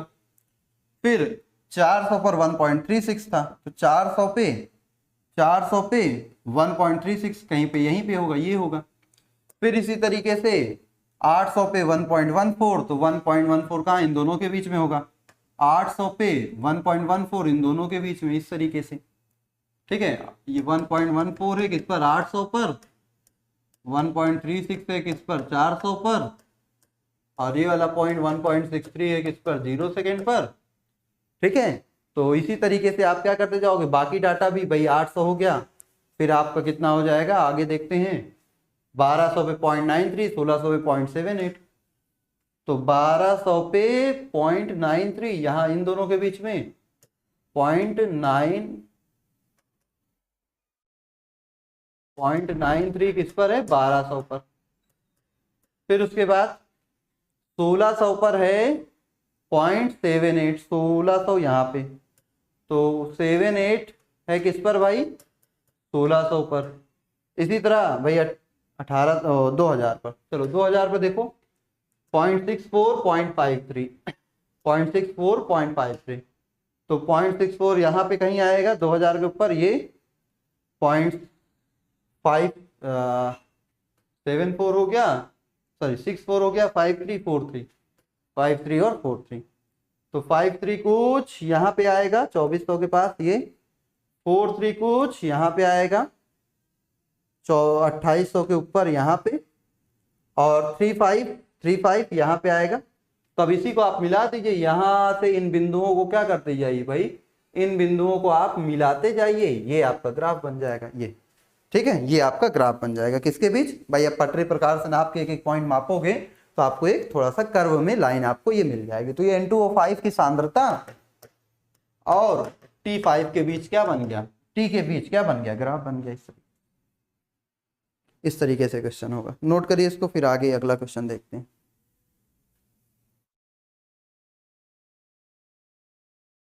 तो अगला क्वेश्चन आपका रहेगा कुछ इस प्रकार से, अभिक्रिया के लिए अर्ध आयु काल की गणना कीजिए। तो अभिक्रिया के लिए अर्ध आयु काल कैसे निकालोगे भाई, अर्ध आयु काल निकालने के लिए पहले के निकाल लो। के कैसे निकालोगे, N2O5 की जो आपको दिख रही है ये जो क्रिया है ये प्रथम कोटि, ये अपघटन N2O5 का जो अपघटन है ये प्रथम कोटि है। कैसा है, प्रथम कोटि। कैसे पता चलेगा प्रथम कोटि का है, कैसे पता चलेगा, इसके लिए आपको लगाना पड़ेगा हिट एंड ट्रायल मेथड। क्या लगाना पड़ेगा, हिट एंड ट्रायल मेथड। भाई आप देखो क्या लोगे, K1 निकालोगे, K1 के लिए T क्या लोगे, जब K1 निकालना होगा तो T लोगे 400, और A0 लोगे भाई, A0 लोगे कितना 1.63, और A लोगे कितना, A लोगे 1.36, ये K1 आएगा पहली चीज। फिर आप K2 निकालिएगा। K2 कैसे निकालेंगे, K2 के लिए T2 हो जाएगा कितना 800, A0 आपका 0 वाला ही रहेगा 1.63, और A आपका क्या हो जाएगा, A आपका इस बार 800 वाला जो बची हुई सांद्रता है 1.14, ये हो जाएगा। इसी तरह तीन आंकड़ों से आप K का मान निकाल लेना, K1, K2 और K3 फर्स्ट ऑर्डर रिएक्शन में। फर्स्ट ऑर्डर रिएक्शन में K1, K2, K3 रखकर निकाल लेना। ऐसा सेम क्वेश्चन हमने पहले कराया हुआ है। तो आप देखोगे प्रथम कोटि अभिक्रिया में रखने पर जो सभी के दर स्थिरांक है वो समान आएंगे। तो दर स्थिरांक समान आएंगे तो आपको ये पता चल गया कि प्रथम कोटि की अभिक्रिया है। और जब आपको ये पता चल जाएगा प्रथम कोटि की अभिक्रिया है तो टी हाफ, आपके लिए टी हाफ निकालना बहुत ही आसान हो जाएगा। टी हाफ बराबर क्या हो जाएगा 0.693 अपॉन के, बस हो जाएगा। ये यहां से भाई के से डिवाइड कर दोगे आपका टी हाफ आ जाएगा इस तरीके से। ठीक है, फिर उसके बाद कह रहा है log N2O5 और T के मध्य ग्राफ खींचिए। तो log N2O5 भाई log 1.63 की वैल्यू निकाल लेना, log 1.36 की वैल्यू निकाल लेना, log 1.14 की वैल्यू निकाल लेना, और सेम जैसे यहां पे किए हो भाई T सेम रहेगा, log 1.16 की वैल्यू यहाँ, 1.14 की यहाँ, 1.36 की यहाँ, मतलब जो भी log में वैल्यू निकलेगी अगली बार ये इस वाले y एक्सिस पे log वाली वैल्यू रख दो। तो इससे 400 पे कितनी थी, 800 पे कितनी थी, वो निकालते जाना, आपका फिर से ग्राफ बन जाएगा log के बीच और T के बीच। चलो ठीक है, अगला देखोगे अभिक्रिया का वेग नियम क्या होगा भाई, प्रथम कोटि अभिक्रिया होगी तो प्रथम कोटि के लिए अभिक्रिया के लिए R equal to K N2O5, ये अभिक्रिया का वेग नियम हो जाएगा। ठीक है, वेग स्थिरांक भाई K की गणना तो आप कर ही लोगे। कैसे करोगे, सभी का K निकाल कर एवरेज निकाल लेना, सभी वैल्यू से K निकाल लो, K1 plus K2 plus K3 plus K4 plus K5, 1 2 3 4 5 6 7 8 है ना, इस तरह से अलग अलग K1 निकलेंगे और के का सभी मान जोड़कर उसमें एवरेज निकाल लेना, आपका वेग स्थिरांक आ जाएगा, के का मान आ जाएगा। ऐसा क्वेश्चन भी हमने पहले किया हुआ है, एनसीईआरटी में ही था। के की सहायता से अर्धायु की गणना कीजिए तथा इसकी तुलना किससे करनी है भाई, सेकेंड से कीजिए, सेकेंड वाले से। तो के की सहायता, जो यहाँ से के निकलेगा उस के की सहायता से हमें टी हाफ की गणना करनी होगी, और यहाँ पे जो टी हाफ आएगा उसकी इस टी हाफ से तुलना करनी होगी, ये आपसे कह रहा है। जहां पे जो टी हाफ आएगा उसकी इस टी हाफ से तुलना करनी रहेगी। तो इसको कर लीजिएगा भाई। इस तरह का क्वेश्चन 2-3 हम लोग कर चुके हैं, तो हो जाएगा आसानी से आप लोगों से। चलिए हम लोग आगे बढ़ते हैं, ठीक है, आगे चला जाए। अगला क्वेश्चन आपका है, प्रथम कोटि की अभिक्रिया के लिए वेग स्थिरांक 60 सेकेंड इनवर्स है, अभिक्रियक को अपनी प्रारंभिक सांद्रता से 1/16वां रह जाने में कितना समय लगेगा। बहुत आसान है, 60 सेकेंड है, के 60 सेकेंड इनवर्स है, के बराबर 60 सेकेंड इनवर्स, ए नॉट मान लो 1, कह रहा जो ए है वो 1/16, भाई ए का 1/16 बचने में कितना समय लगेगा बताओ, कोई दिक्कत नहीं होने वाली।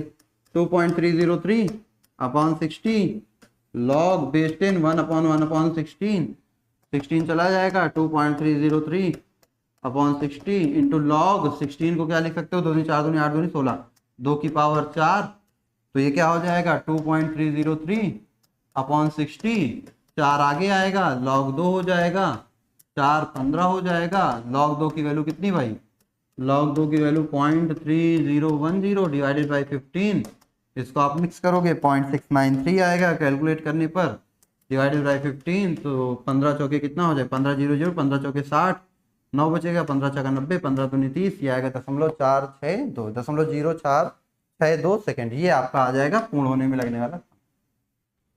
बस, तो 1/16 बचा रहने में इतना समय लगेगा, नोट कर लीजिए इसको। कितना आसान क्वेश्चन था, इसमें कुछ था ही नहीं, बस।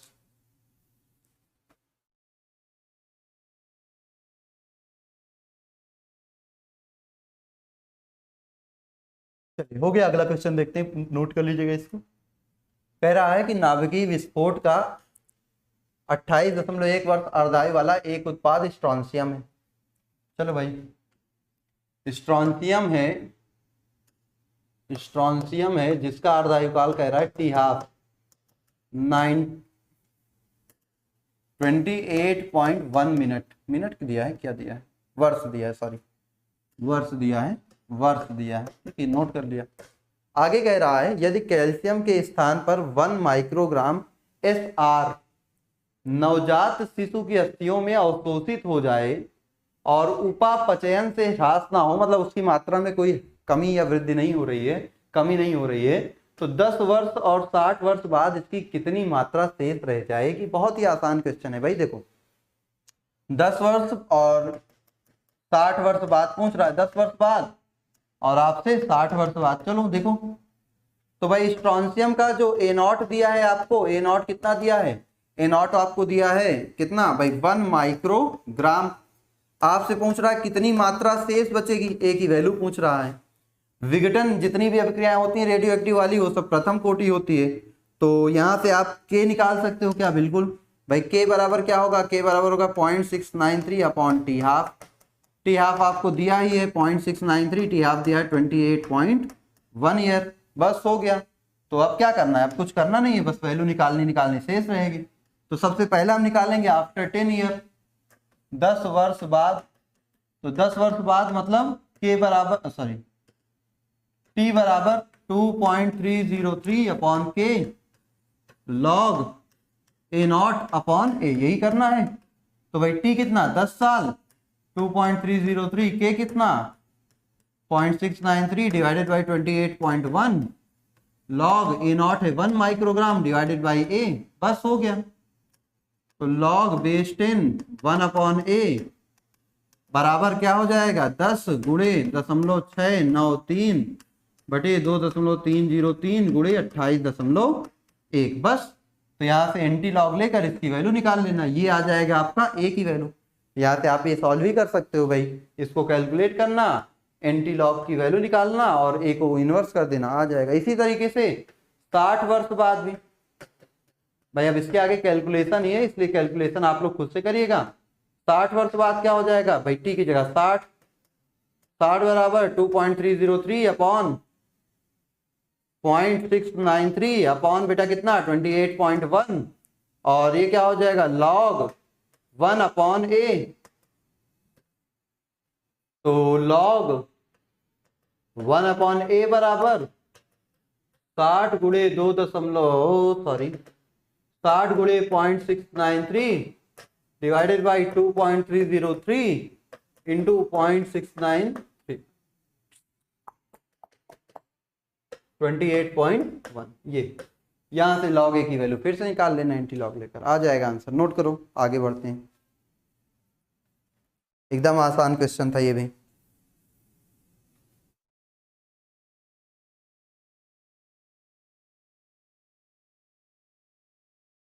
ठीक, चलिए आगे बढ़ा जाए फिर।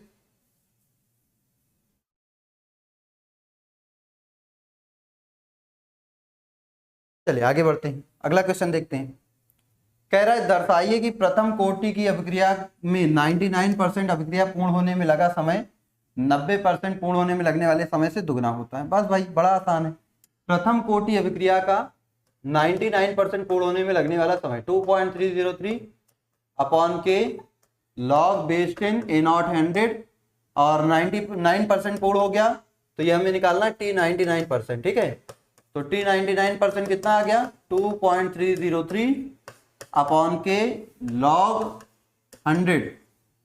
तो 2.303 अपॉन के लॉग 100 की वैल्यू होती है 2, तो हो गया T99%।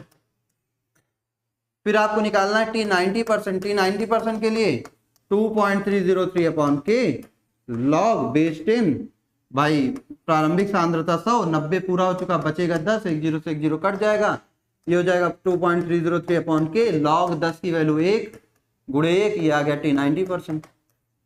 तो अब आप देख सकते हो भाई, ये मान लो 1, ये मान लो 2, तो अगर समीकरण 1 में वैल्यू रखोगे तो T99% बराबर क्या था 2 गुणे 2.303 अपॉन के, यही तो है 2 गुणे 2.303 अपॉन के, और ये किसकी वैल्यू है 2.303 अपॉन के 90% की, तो लिख सकते हैं T99% equal to 2 into T90%। Prove हो गया कि 90% पूर्ण होने में लगने वाला समय 90% का दुगना होता है। बस खत्म कहानी। नोट करो इसको जल्दी से।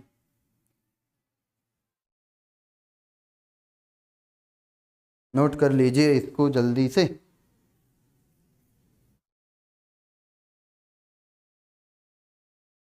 ठीक, चलिए अगला क्वेश्चन देखते हैं, पॉज करके नोट करिएगा। अगला क्वेश्चन क्या कहता है, कह रहा है 543 केल्विन ताप पर एजो आइसोप्रोपेन। एजो आइसोप्रोपेन का फार्मूला जानते हो? एजो मतलब एन डबल बॉन्ड एन, और आइसोप्रोपेन का मतलब CH CH3 CH3 CH CH3 CH3 isopropene, CH पे 2 CH3 CH पे 2 CH3, और ये एजो हो गया। कह रहा है इसका विघटन, कह रहा विघटन हेक्सेन और नाइट्रोजन में होता है। Hexane C6H14 plus nitrogen N2 में होता है। तो कह रहा वेग स्थिरांक के मान की गणना कीजिए। इसके लिए ये सब वैल्यू दी है। देखो आपको क्या दिया है भाई, मान लो इसका P0 प्रेशर P0 था, तो इसका 0 होगा, इसका 0 होगा। फिर मान लो P समय T टाइम के बाद T बराबर 0 पर ये था, और T टाइम के बाद क्या हुआ, इधर से P निकला, तो इधर क्या हो जाएगा P बनेगा। P बनेगा क्यों, इसके 1 मोल से इसका 1 मोल बन रहा, तो अगर इधर से P0 निकले P निकलेगा, इधर P और P बनेगा। तो हम अगर टोटल प्रेशर बात करें T टाइम पे टोटल प्रेशर, तो T टाइम पे टोटल प्रेशर कितना हो जाएगा P0 minus P plus P plus P, क्या हो जाएगा P0 माइनस P PT ये। और फिर यहां से अगर हम P की वैल्यू निकालें तो P की वैल्यू कितनी आएगी भाई, अगर आप P की वैल्यू निकालना चाहो तो P इधर आएगा, P इधर आएगा तो क्या हो जाएगा P is equal to P0 minus PT, ये आएगा क्या P is equal to P0 minus PT। तो ये P की वैल्यू आ जाएगी P0 माइनस PT, इस P की वैल्यू आ जाएगी P0 माइनस PT। तो अगर आप वहां पे रखेंगे P की वैल्यू में यहाँ पे, तो आपको मिलेगा क्या बची हुई। देखो एक चीज समझो ध्यान से, जो पॉइंट है भाई, हम लोग ये प्रथम कोटि की अभिक्रिया है, क्या है प्रथम कोटि की, देखो इसका एक ही है, तो प्रथम कोटि अभिक्रिया है। व्हाइट बोर्ड पे अपने बोर्ड पे चलते हैं तो समझाते हैं। अब देखोगे यहाँ पे हमारा जो भी था CH3 CH N double bond N CH3 का ट्वाइस। ये इसका जो विघटन हुआ C6H14 प्लस N2 में, पे P नॉट लिया था, ये 0 0 था, इधर से भाई P नॉट में से P घटाया था तो ये P बना और P बना। भाई T टाइम के बाद कितना बचा था तो उसको हम बोलेंगे PT। तो PT आपका कितना आया, P not minus P plus P plus P, तो ये आएगा P नॉट प्लस P ना, वही तो माइनस नहीं, P नॉट प्लस P। अब P की वैल्यू अगर आप निकालेंगे तो P नॉट की वैल्यू अगर आप निकालेंगे या P की वैल्यू निकालेंगे तो P नॉट बराबर क्या आ जाएगा, P नॉट बराबर हम लिख सकते हैं PT माइनस P, या हम P की वैल्यू निकालें तो P की वैल्यू क्या आएगी, P not PT minus P not आएगी, ये आएगी। तो यहां से आपको भाई प्रारंभिक हमारा जो प्रथम कोटि अभिक्रिया का फॉर्मूला है 2.303 अपॉन के टी इज इक्वल टू ये होता है लॉग ए नॉट अपॉन ए, यही होता है। ए नॉट की जगह क्या हो जाएगा P नॉट और ए की जगह क्या हो जाएगा P। भाई प्रारंभिक दाब बटे बचा हुआ दाब, यही होगा, प्रारंभिक दाब बटे बचा हुआ दाब, ये होगा।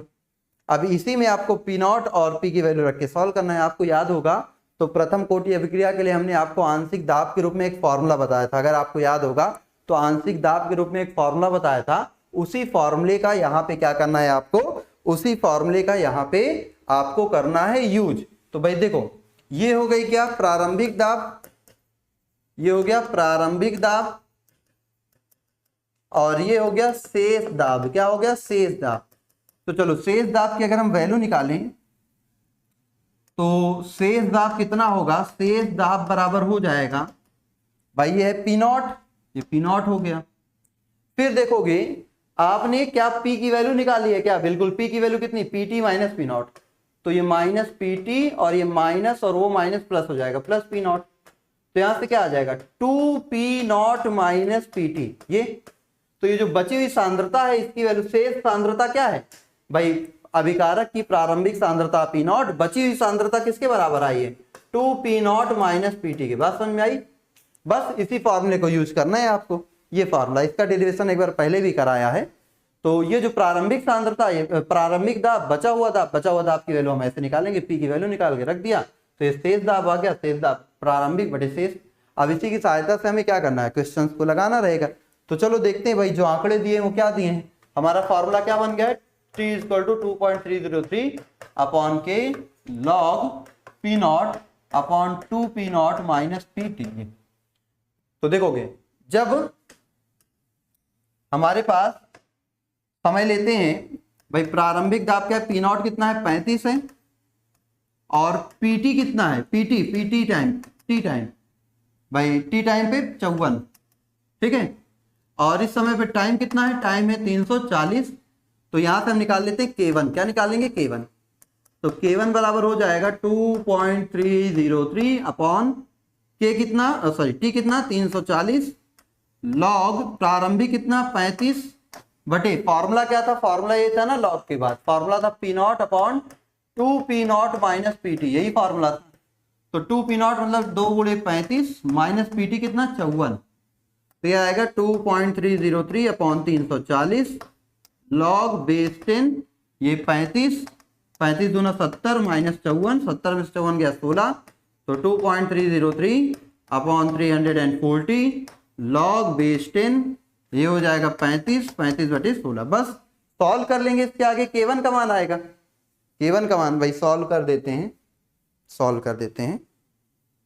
तो सॉल्व करते हैं, कैलकुलेट करते हैं इसको, तो क्या हो जाएगा भाई 2.303 डिवाइडेड बाई 340, तो वो वैल्यू आएगी 0.00677 इंटू लॉग 30, पहले हम निकालते हैं क्या 35 डिवाइडेड बाई 16, ये आएगा 2.19, तो लॉग 2.19 की वैल्यू देख लेते हैं, लॉग 2.19 ये आ जाएगा 0.340, इन दोनों को मल्टीप्लाई कर दो भैया, मल्टीप्लाई कर दिया जाए 0.00677 इंटू 0.34, ये आ गया है 0023, या हम इसको लिख सकते हैं 2.3 इंटू 10⁻³ ये हो गया। इसी तरीके से आपका K2 निकाल लो। K2 की स्थिति में क्या होगा भाई, T हो जाएगा 720, P0 है कितना 35 ही, लेकिन PT कितना 720 समय पे PT है 63, तो हो गया K2 is equal to 2.303 upon 720 log 35 to 70 minus 63, 2.303 upon 720 log 35, 70 में से 63 गया 7 बचे 35, 2.303.699 log 5 की वैल्यू 720। बस भाई कैलकुलेट कर लीजिए, कैलकुलेट किया जाए, देखो क्या हो जाएगा 2.303 इंटू 0.699 डिवाइडेड बाई 720.0023, ये भी आएगा वही लगभग 2.3 इंटू 10⁻³ ये आ गया। क्या कह रहा है, वेग स्थिरांक, तो देखो भाई वेग स्थिरांक ये है, दोनों में समान आ रहा, मतलब प्रथम कोटि की अभिक्रिया है। नोट कर लो इसको, बस हो गया खत्म ये क्वेश्चन। 20 नंबर क्वेश्चन, आगे बढ़ा जाए। चलिए इसको आप लोग पॉज करके नोट करिएगा, फिर हम लोग आगे बढ़ते हैं।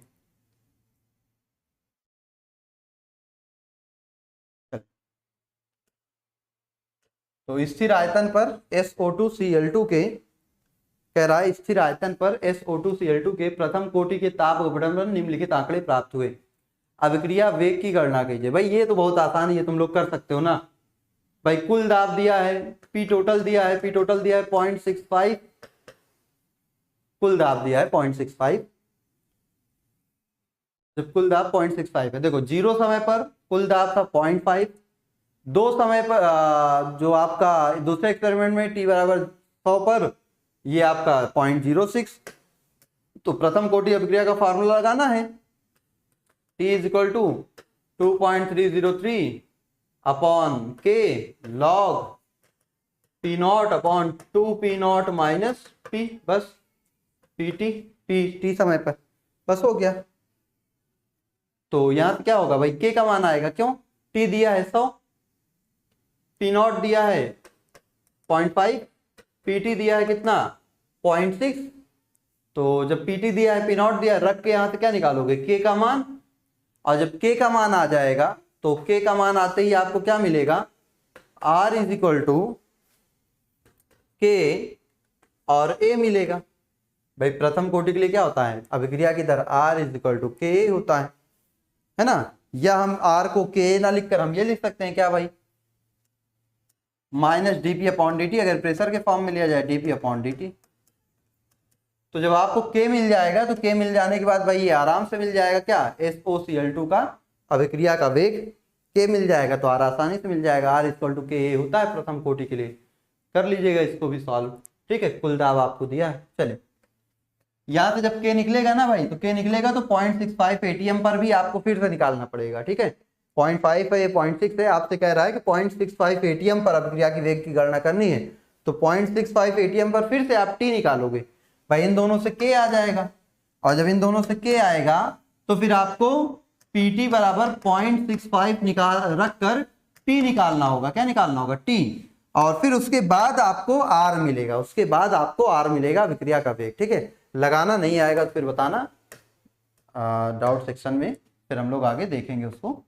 देखिए कह रहा है विभिन्न तापों पर N2O5 के लिए वेग स्थिरांक दिए गए हैं, ठीक है। तो log K और 1/T के मध्य ग्राफ खींचिए, A तथा EA की गणना कीजिए, 30 डिग्री 50 डिग्री पर वेग स्थिरांक को प्रागुक्त कीजिए, मतलब निकालिए। चलो भाई बहुत आसान सा है, सिंपल से यहाँ क्या करना होगा, पहले उसको हम लोग बना लेते हैं। इधर हमारे पास log K is equal to क्या है, log K is equal to है minus EA upon RT plus log A, ये तो ln K और 1/T के मध्य ग्राफ खींचना है। चलो भाई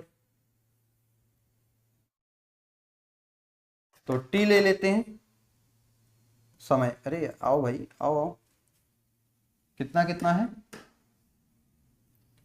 टी डिग्री है 0, 20, 40, 60, 80। चलो तो टी कौन कौन से दिए हैं, 0, 20, 40, 60 और 80, और ये डिग्री सेल्सियस में।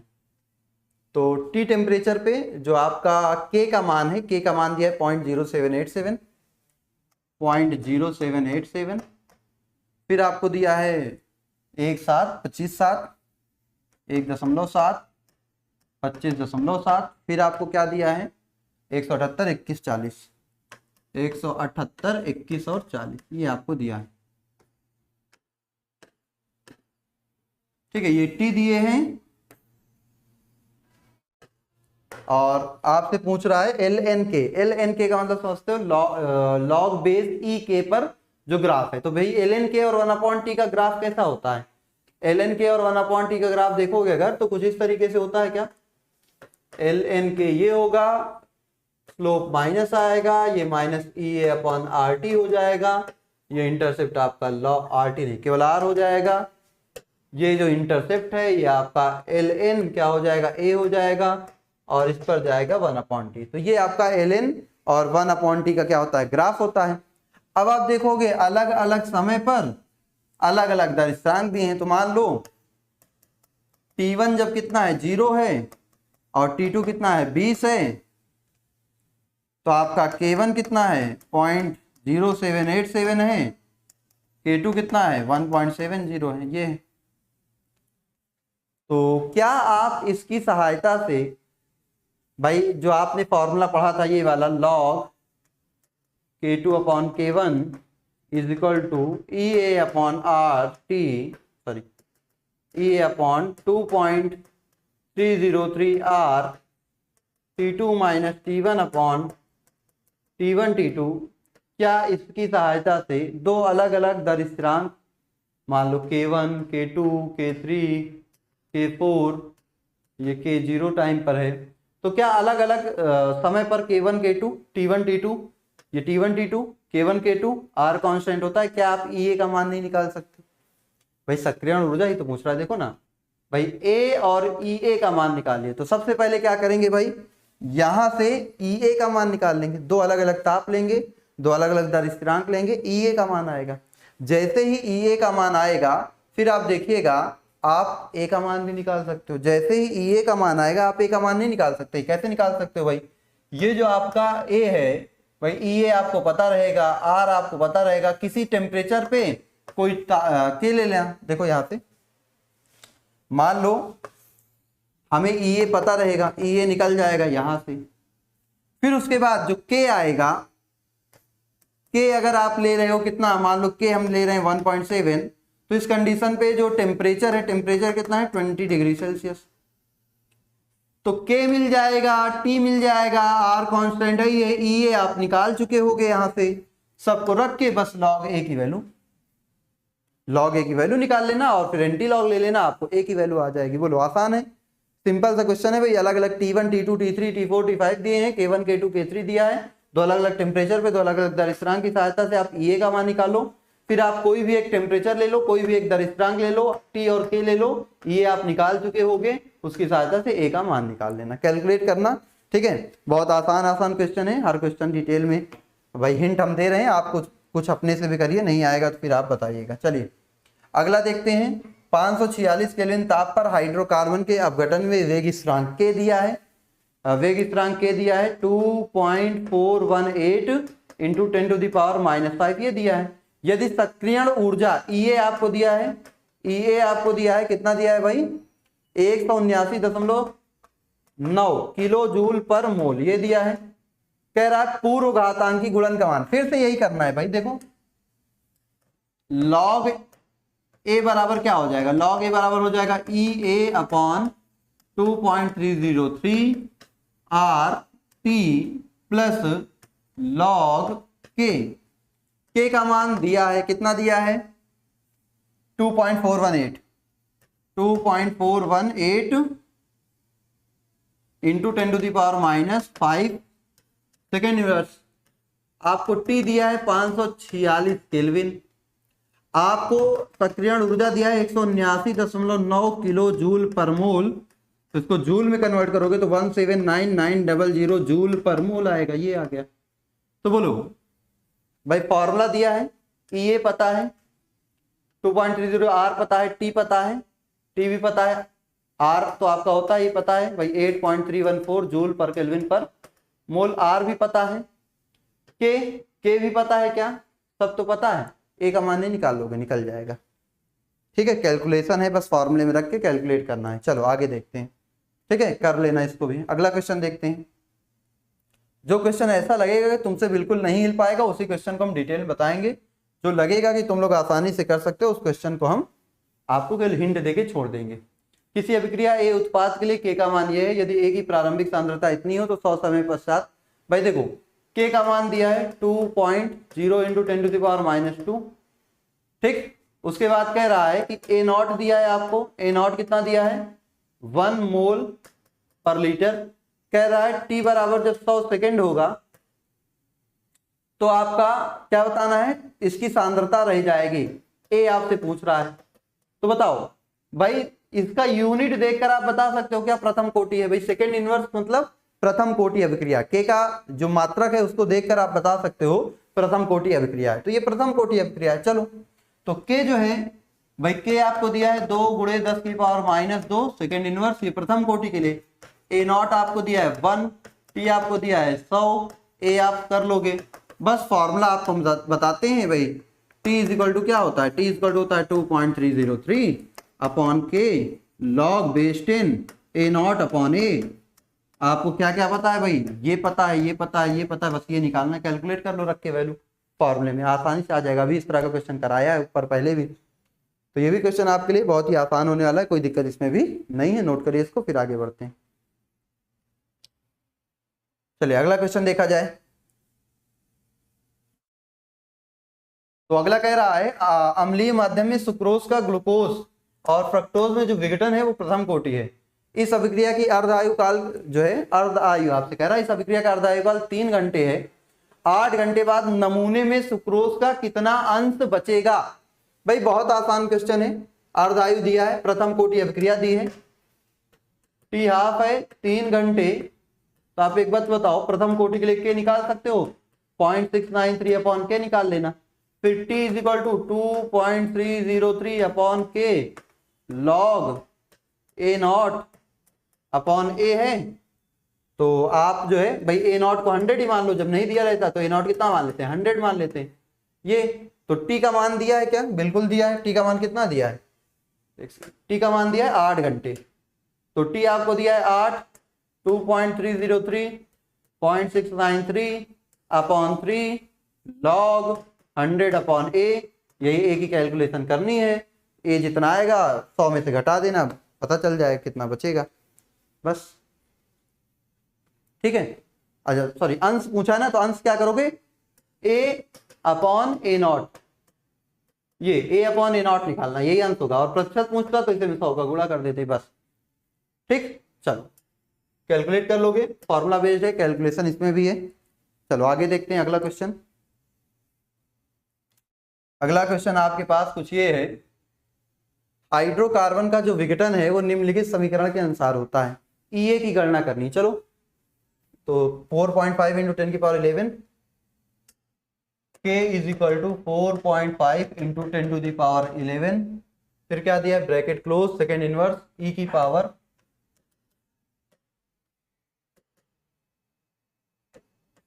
-28,000 के अपॉन टी, 28,000 के अपॉन टी, ये आपको दिया।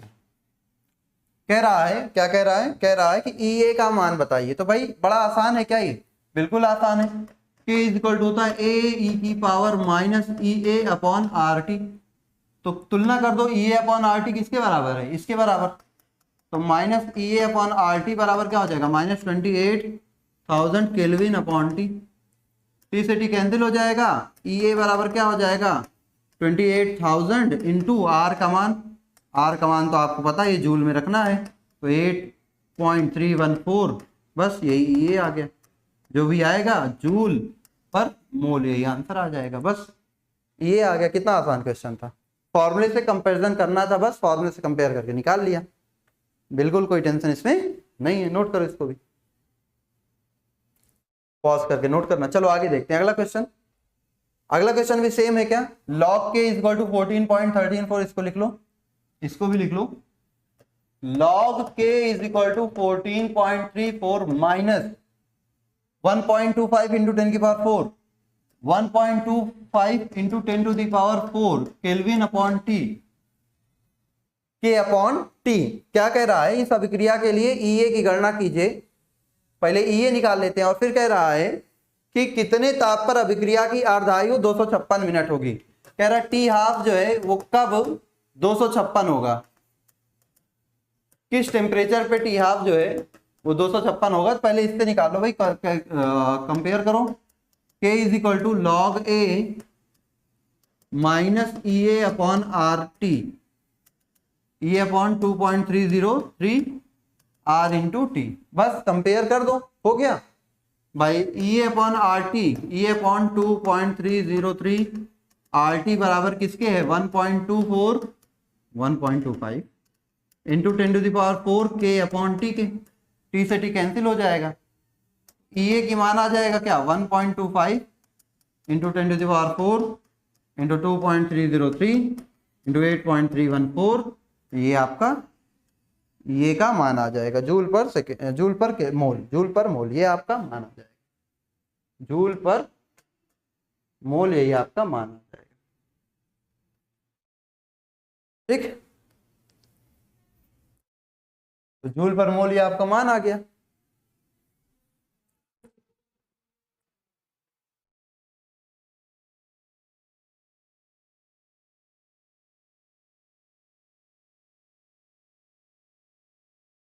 और कह रहा है किस ताप पर जो टी हाफ है वो 256 होगा। तो आओ इसके लिए भाई log k is equal to क्या है, log k is equal to 14.34 minus कितना 1.25 into 10 to the power 4 kelvin upon k upon T, यही।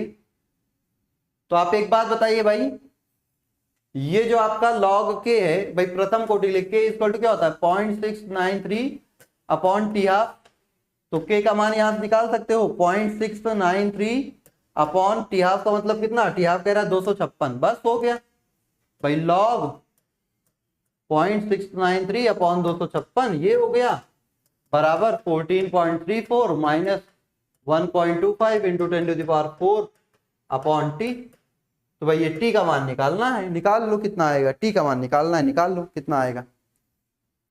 बस सारी चीजें तो मिल गई, इसका लॉग का मान रखो, ये घटा दो, ये डिवाइड कर देना, आ जाएगा के का मान, सॉरी टी का मान आ जाएगा।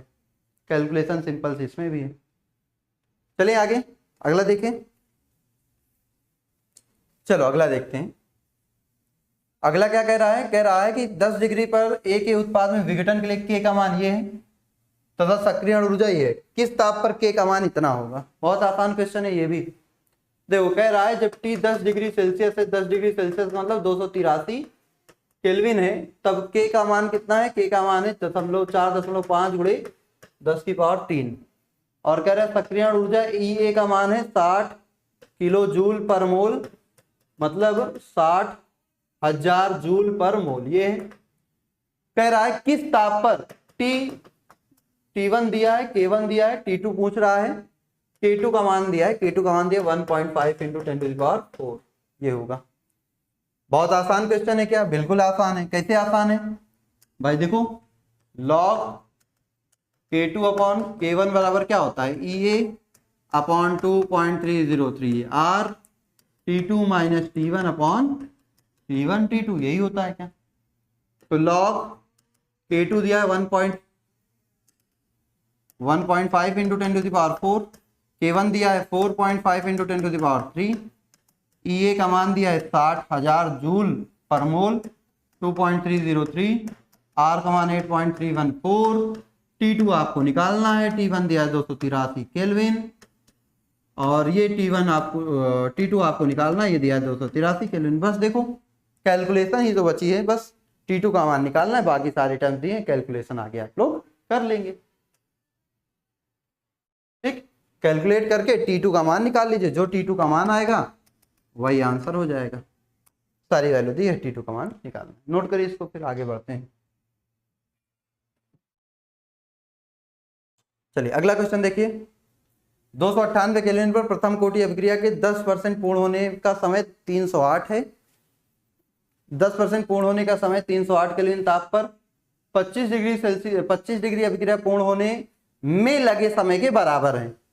अच्छा, तो यदि ए का मान इतना हो तो 318 केल्विन ताप पर के तथा ई का गणना कीजिए।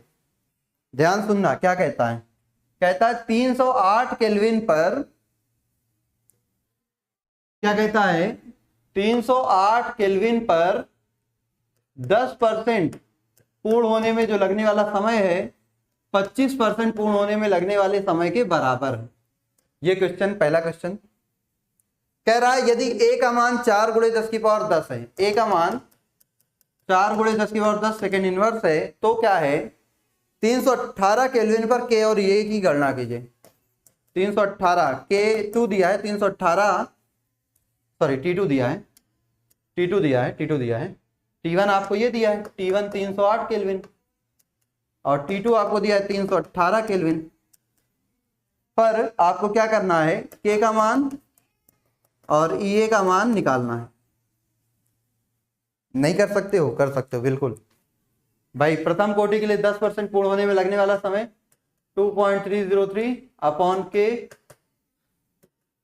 लॉग 100, 10% पूर्ण होने मतलब बचा 90, बराबर होगा 2.303 अपॉन के लॉग किसके 100/25 के। यही दोनों तो आपस में बराबर है। 10% पूर्ण होने में उतना ही समय लगता है जितना कि 25% के पूर्ण होने में लगता है समय। देखो फिर से, तो ये 298 केल्विन पर दिया है,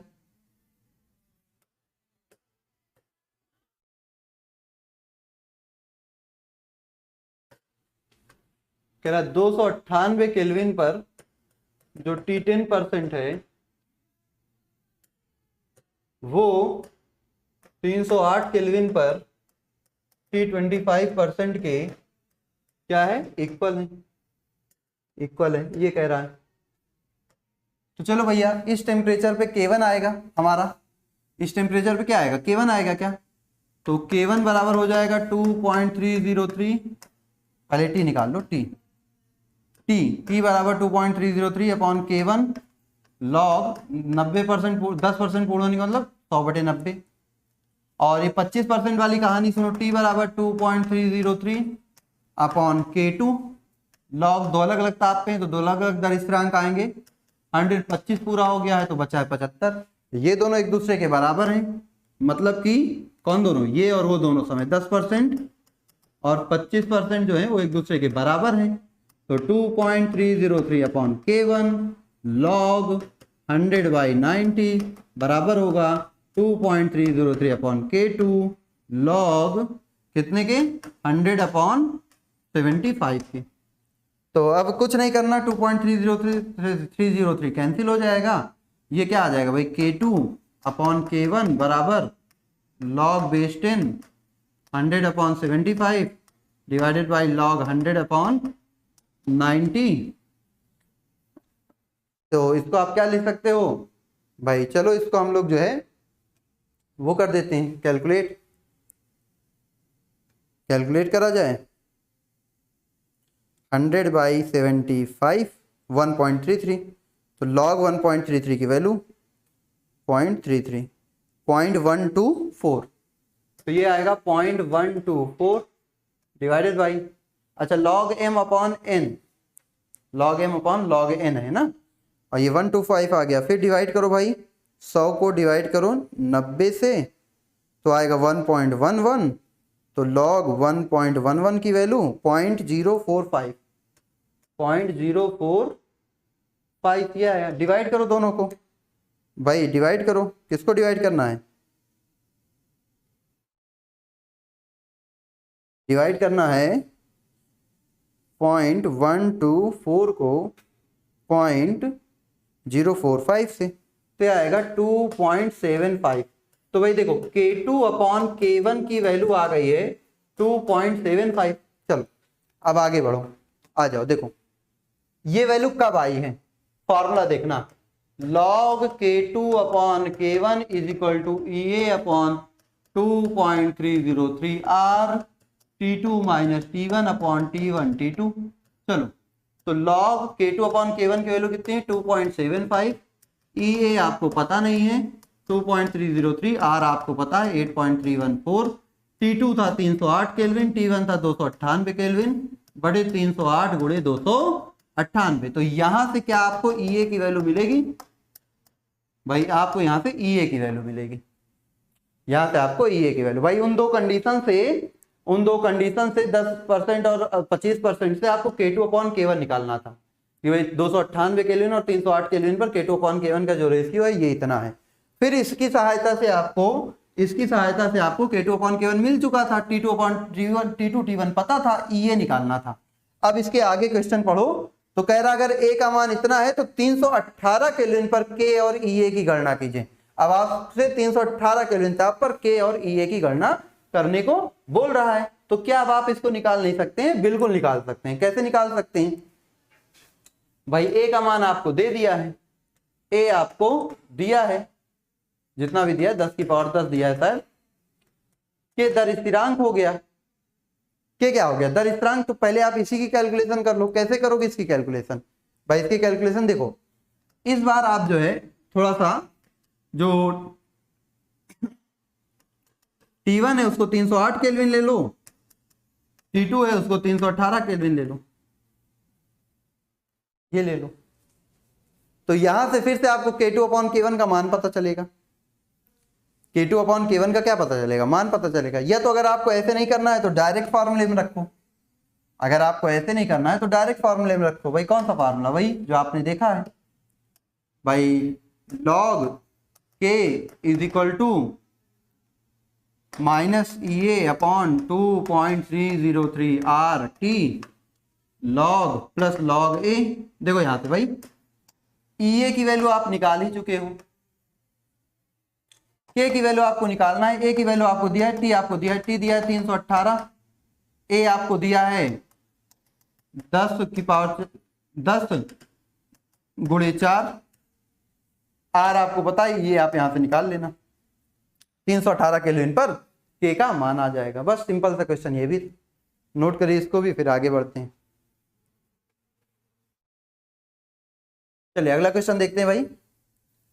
298 केल्विन से 313 केल्विन तक वृद्धि करने पर किसी अभिक्रिया का वेग 4 गुना हो जाता है। इस अभिक्रिया के लिए सक्रियण ऊर्जा की गणना यह मानते हुए कीजिए कि इसका मान ताप के साथ परिवर्तित नहीं होता है। तो भाई बस देखो 4 गुना होने का मतलब क्या है, 4 गुना होने का मतलब सिंपल 293 से 313, T1 है 293, T2 है 313, कह रहा है K2 अपॉन K1 जो है वो 4 हो जा रहा है। भाई 4 गुना होने का मतलब K2 अपॉन K1 4 है बस। तो log K2 upon K1 4, EA upon 2.303, R का मान 8.314, T2 आपको दिया है 313, T1 दिया है 293 बटे 293 गुणे 313, ये आपका EA निकल आएगा। बस खत्म। तो ये आपकी एनसीईआरटी एक्सरसाइज यहाँ से खत्म। एकदम सिंपल क्वेश्चन है इसमें। तो जो भी हिंट्स दिए हैं, जो भी सारी चीजें बताई हैं, उसको आप ध्यान में रखते हुए बाकी सारे क्वेश्चन को क्या करेंगे, सॉल्व कर लेंगे। तो आपको बेहतर तरीके से समझ, बस कैलकुलेशन करनी, थोड़ा सा कैलकुलेशन लेंदी होती है। जब आपको एग्जाम में मिलेगा तो वहाँ पे लॉग टेबल आपको दी रहेगी, सारे लॉग की वैल्यू दी रहेगी। यहाँ आप लॉग की वैल्यू कैलकुलेटर से देख लो, या फिर आपके पास लॉग टेबल हो तो उससे देख लो, जो भी लॉग की वैल्यू रहेगी। जब एग्जाम में आएगा तो लॉग की वैल्यू आपको दी जाती है। ठीक है, तो चलिए आज के लिए बस इतना ही रखते हैं, फिर हम लोग मिलेंगे अगली क्लास में अगले चैप्टर के साथ। तब तक के लिए सभी लोगों को बाय बाय।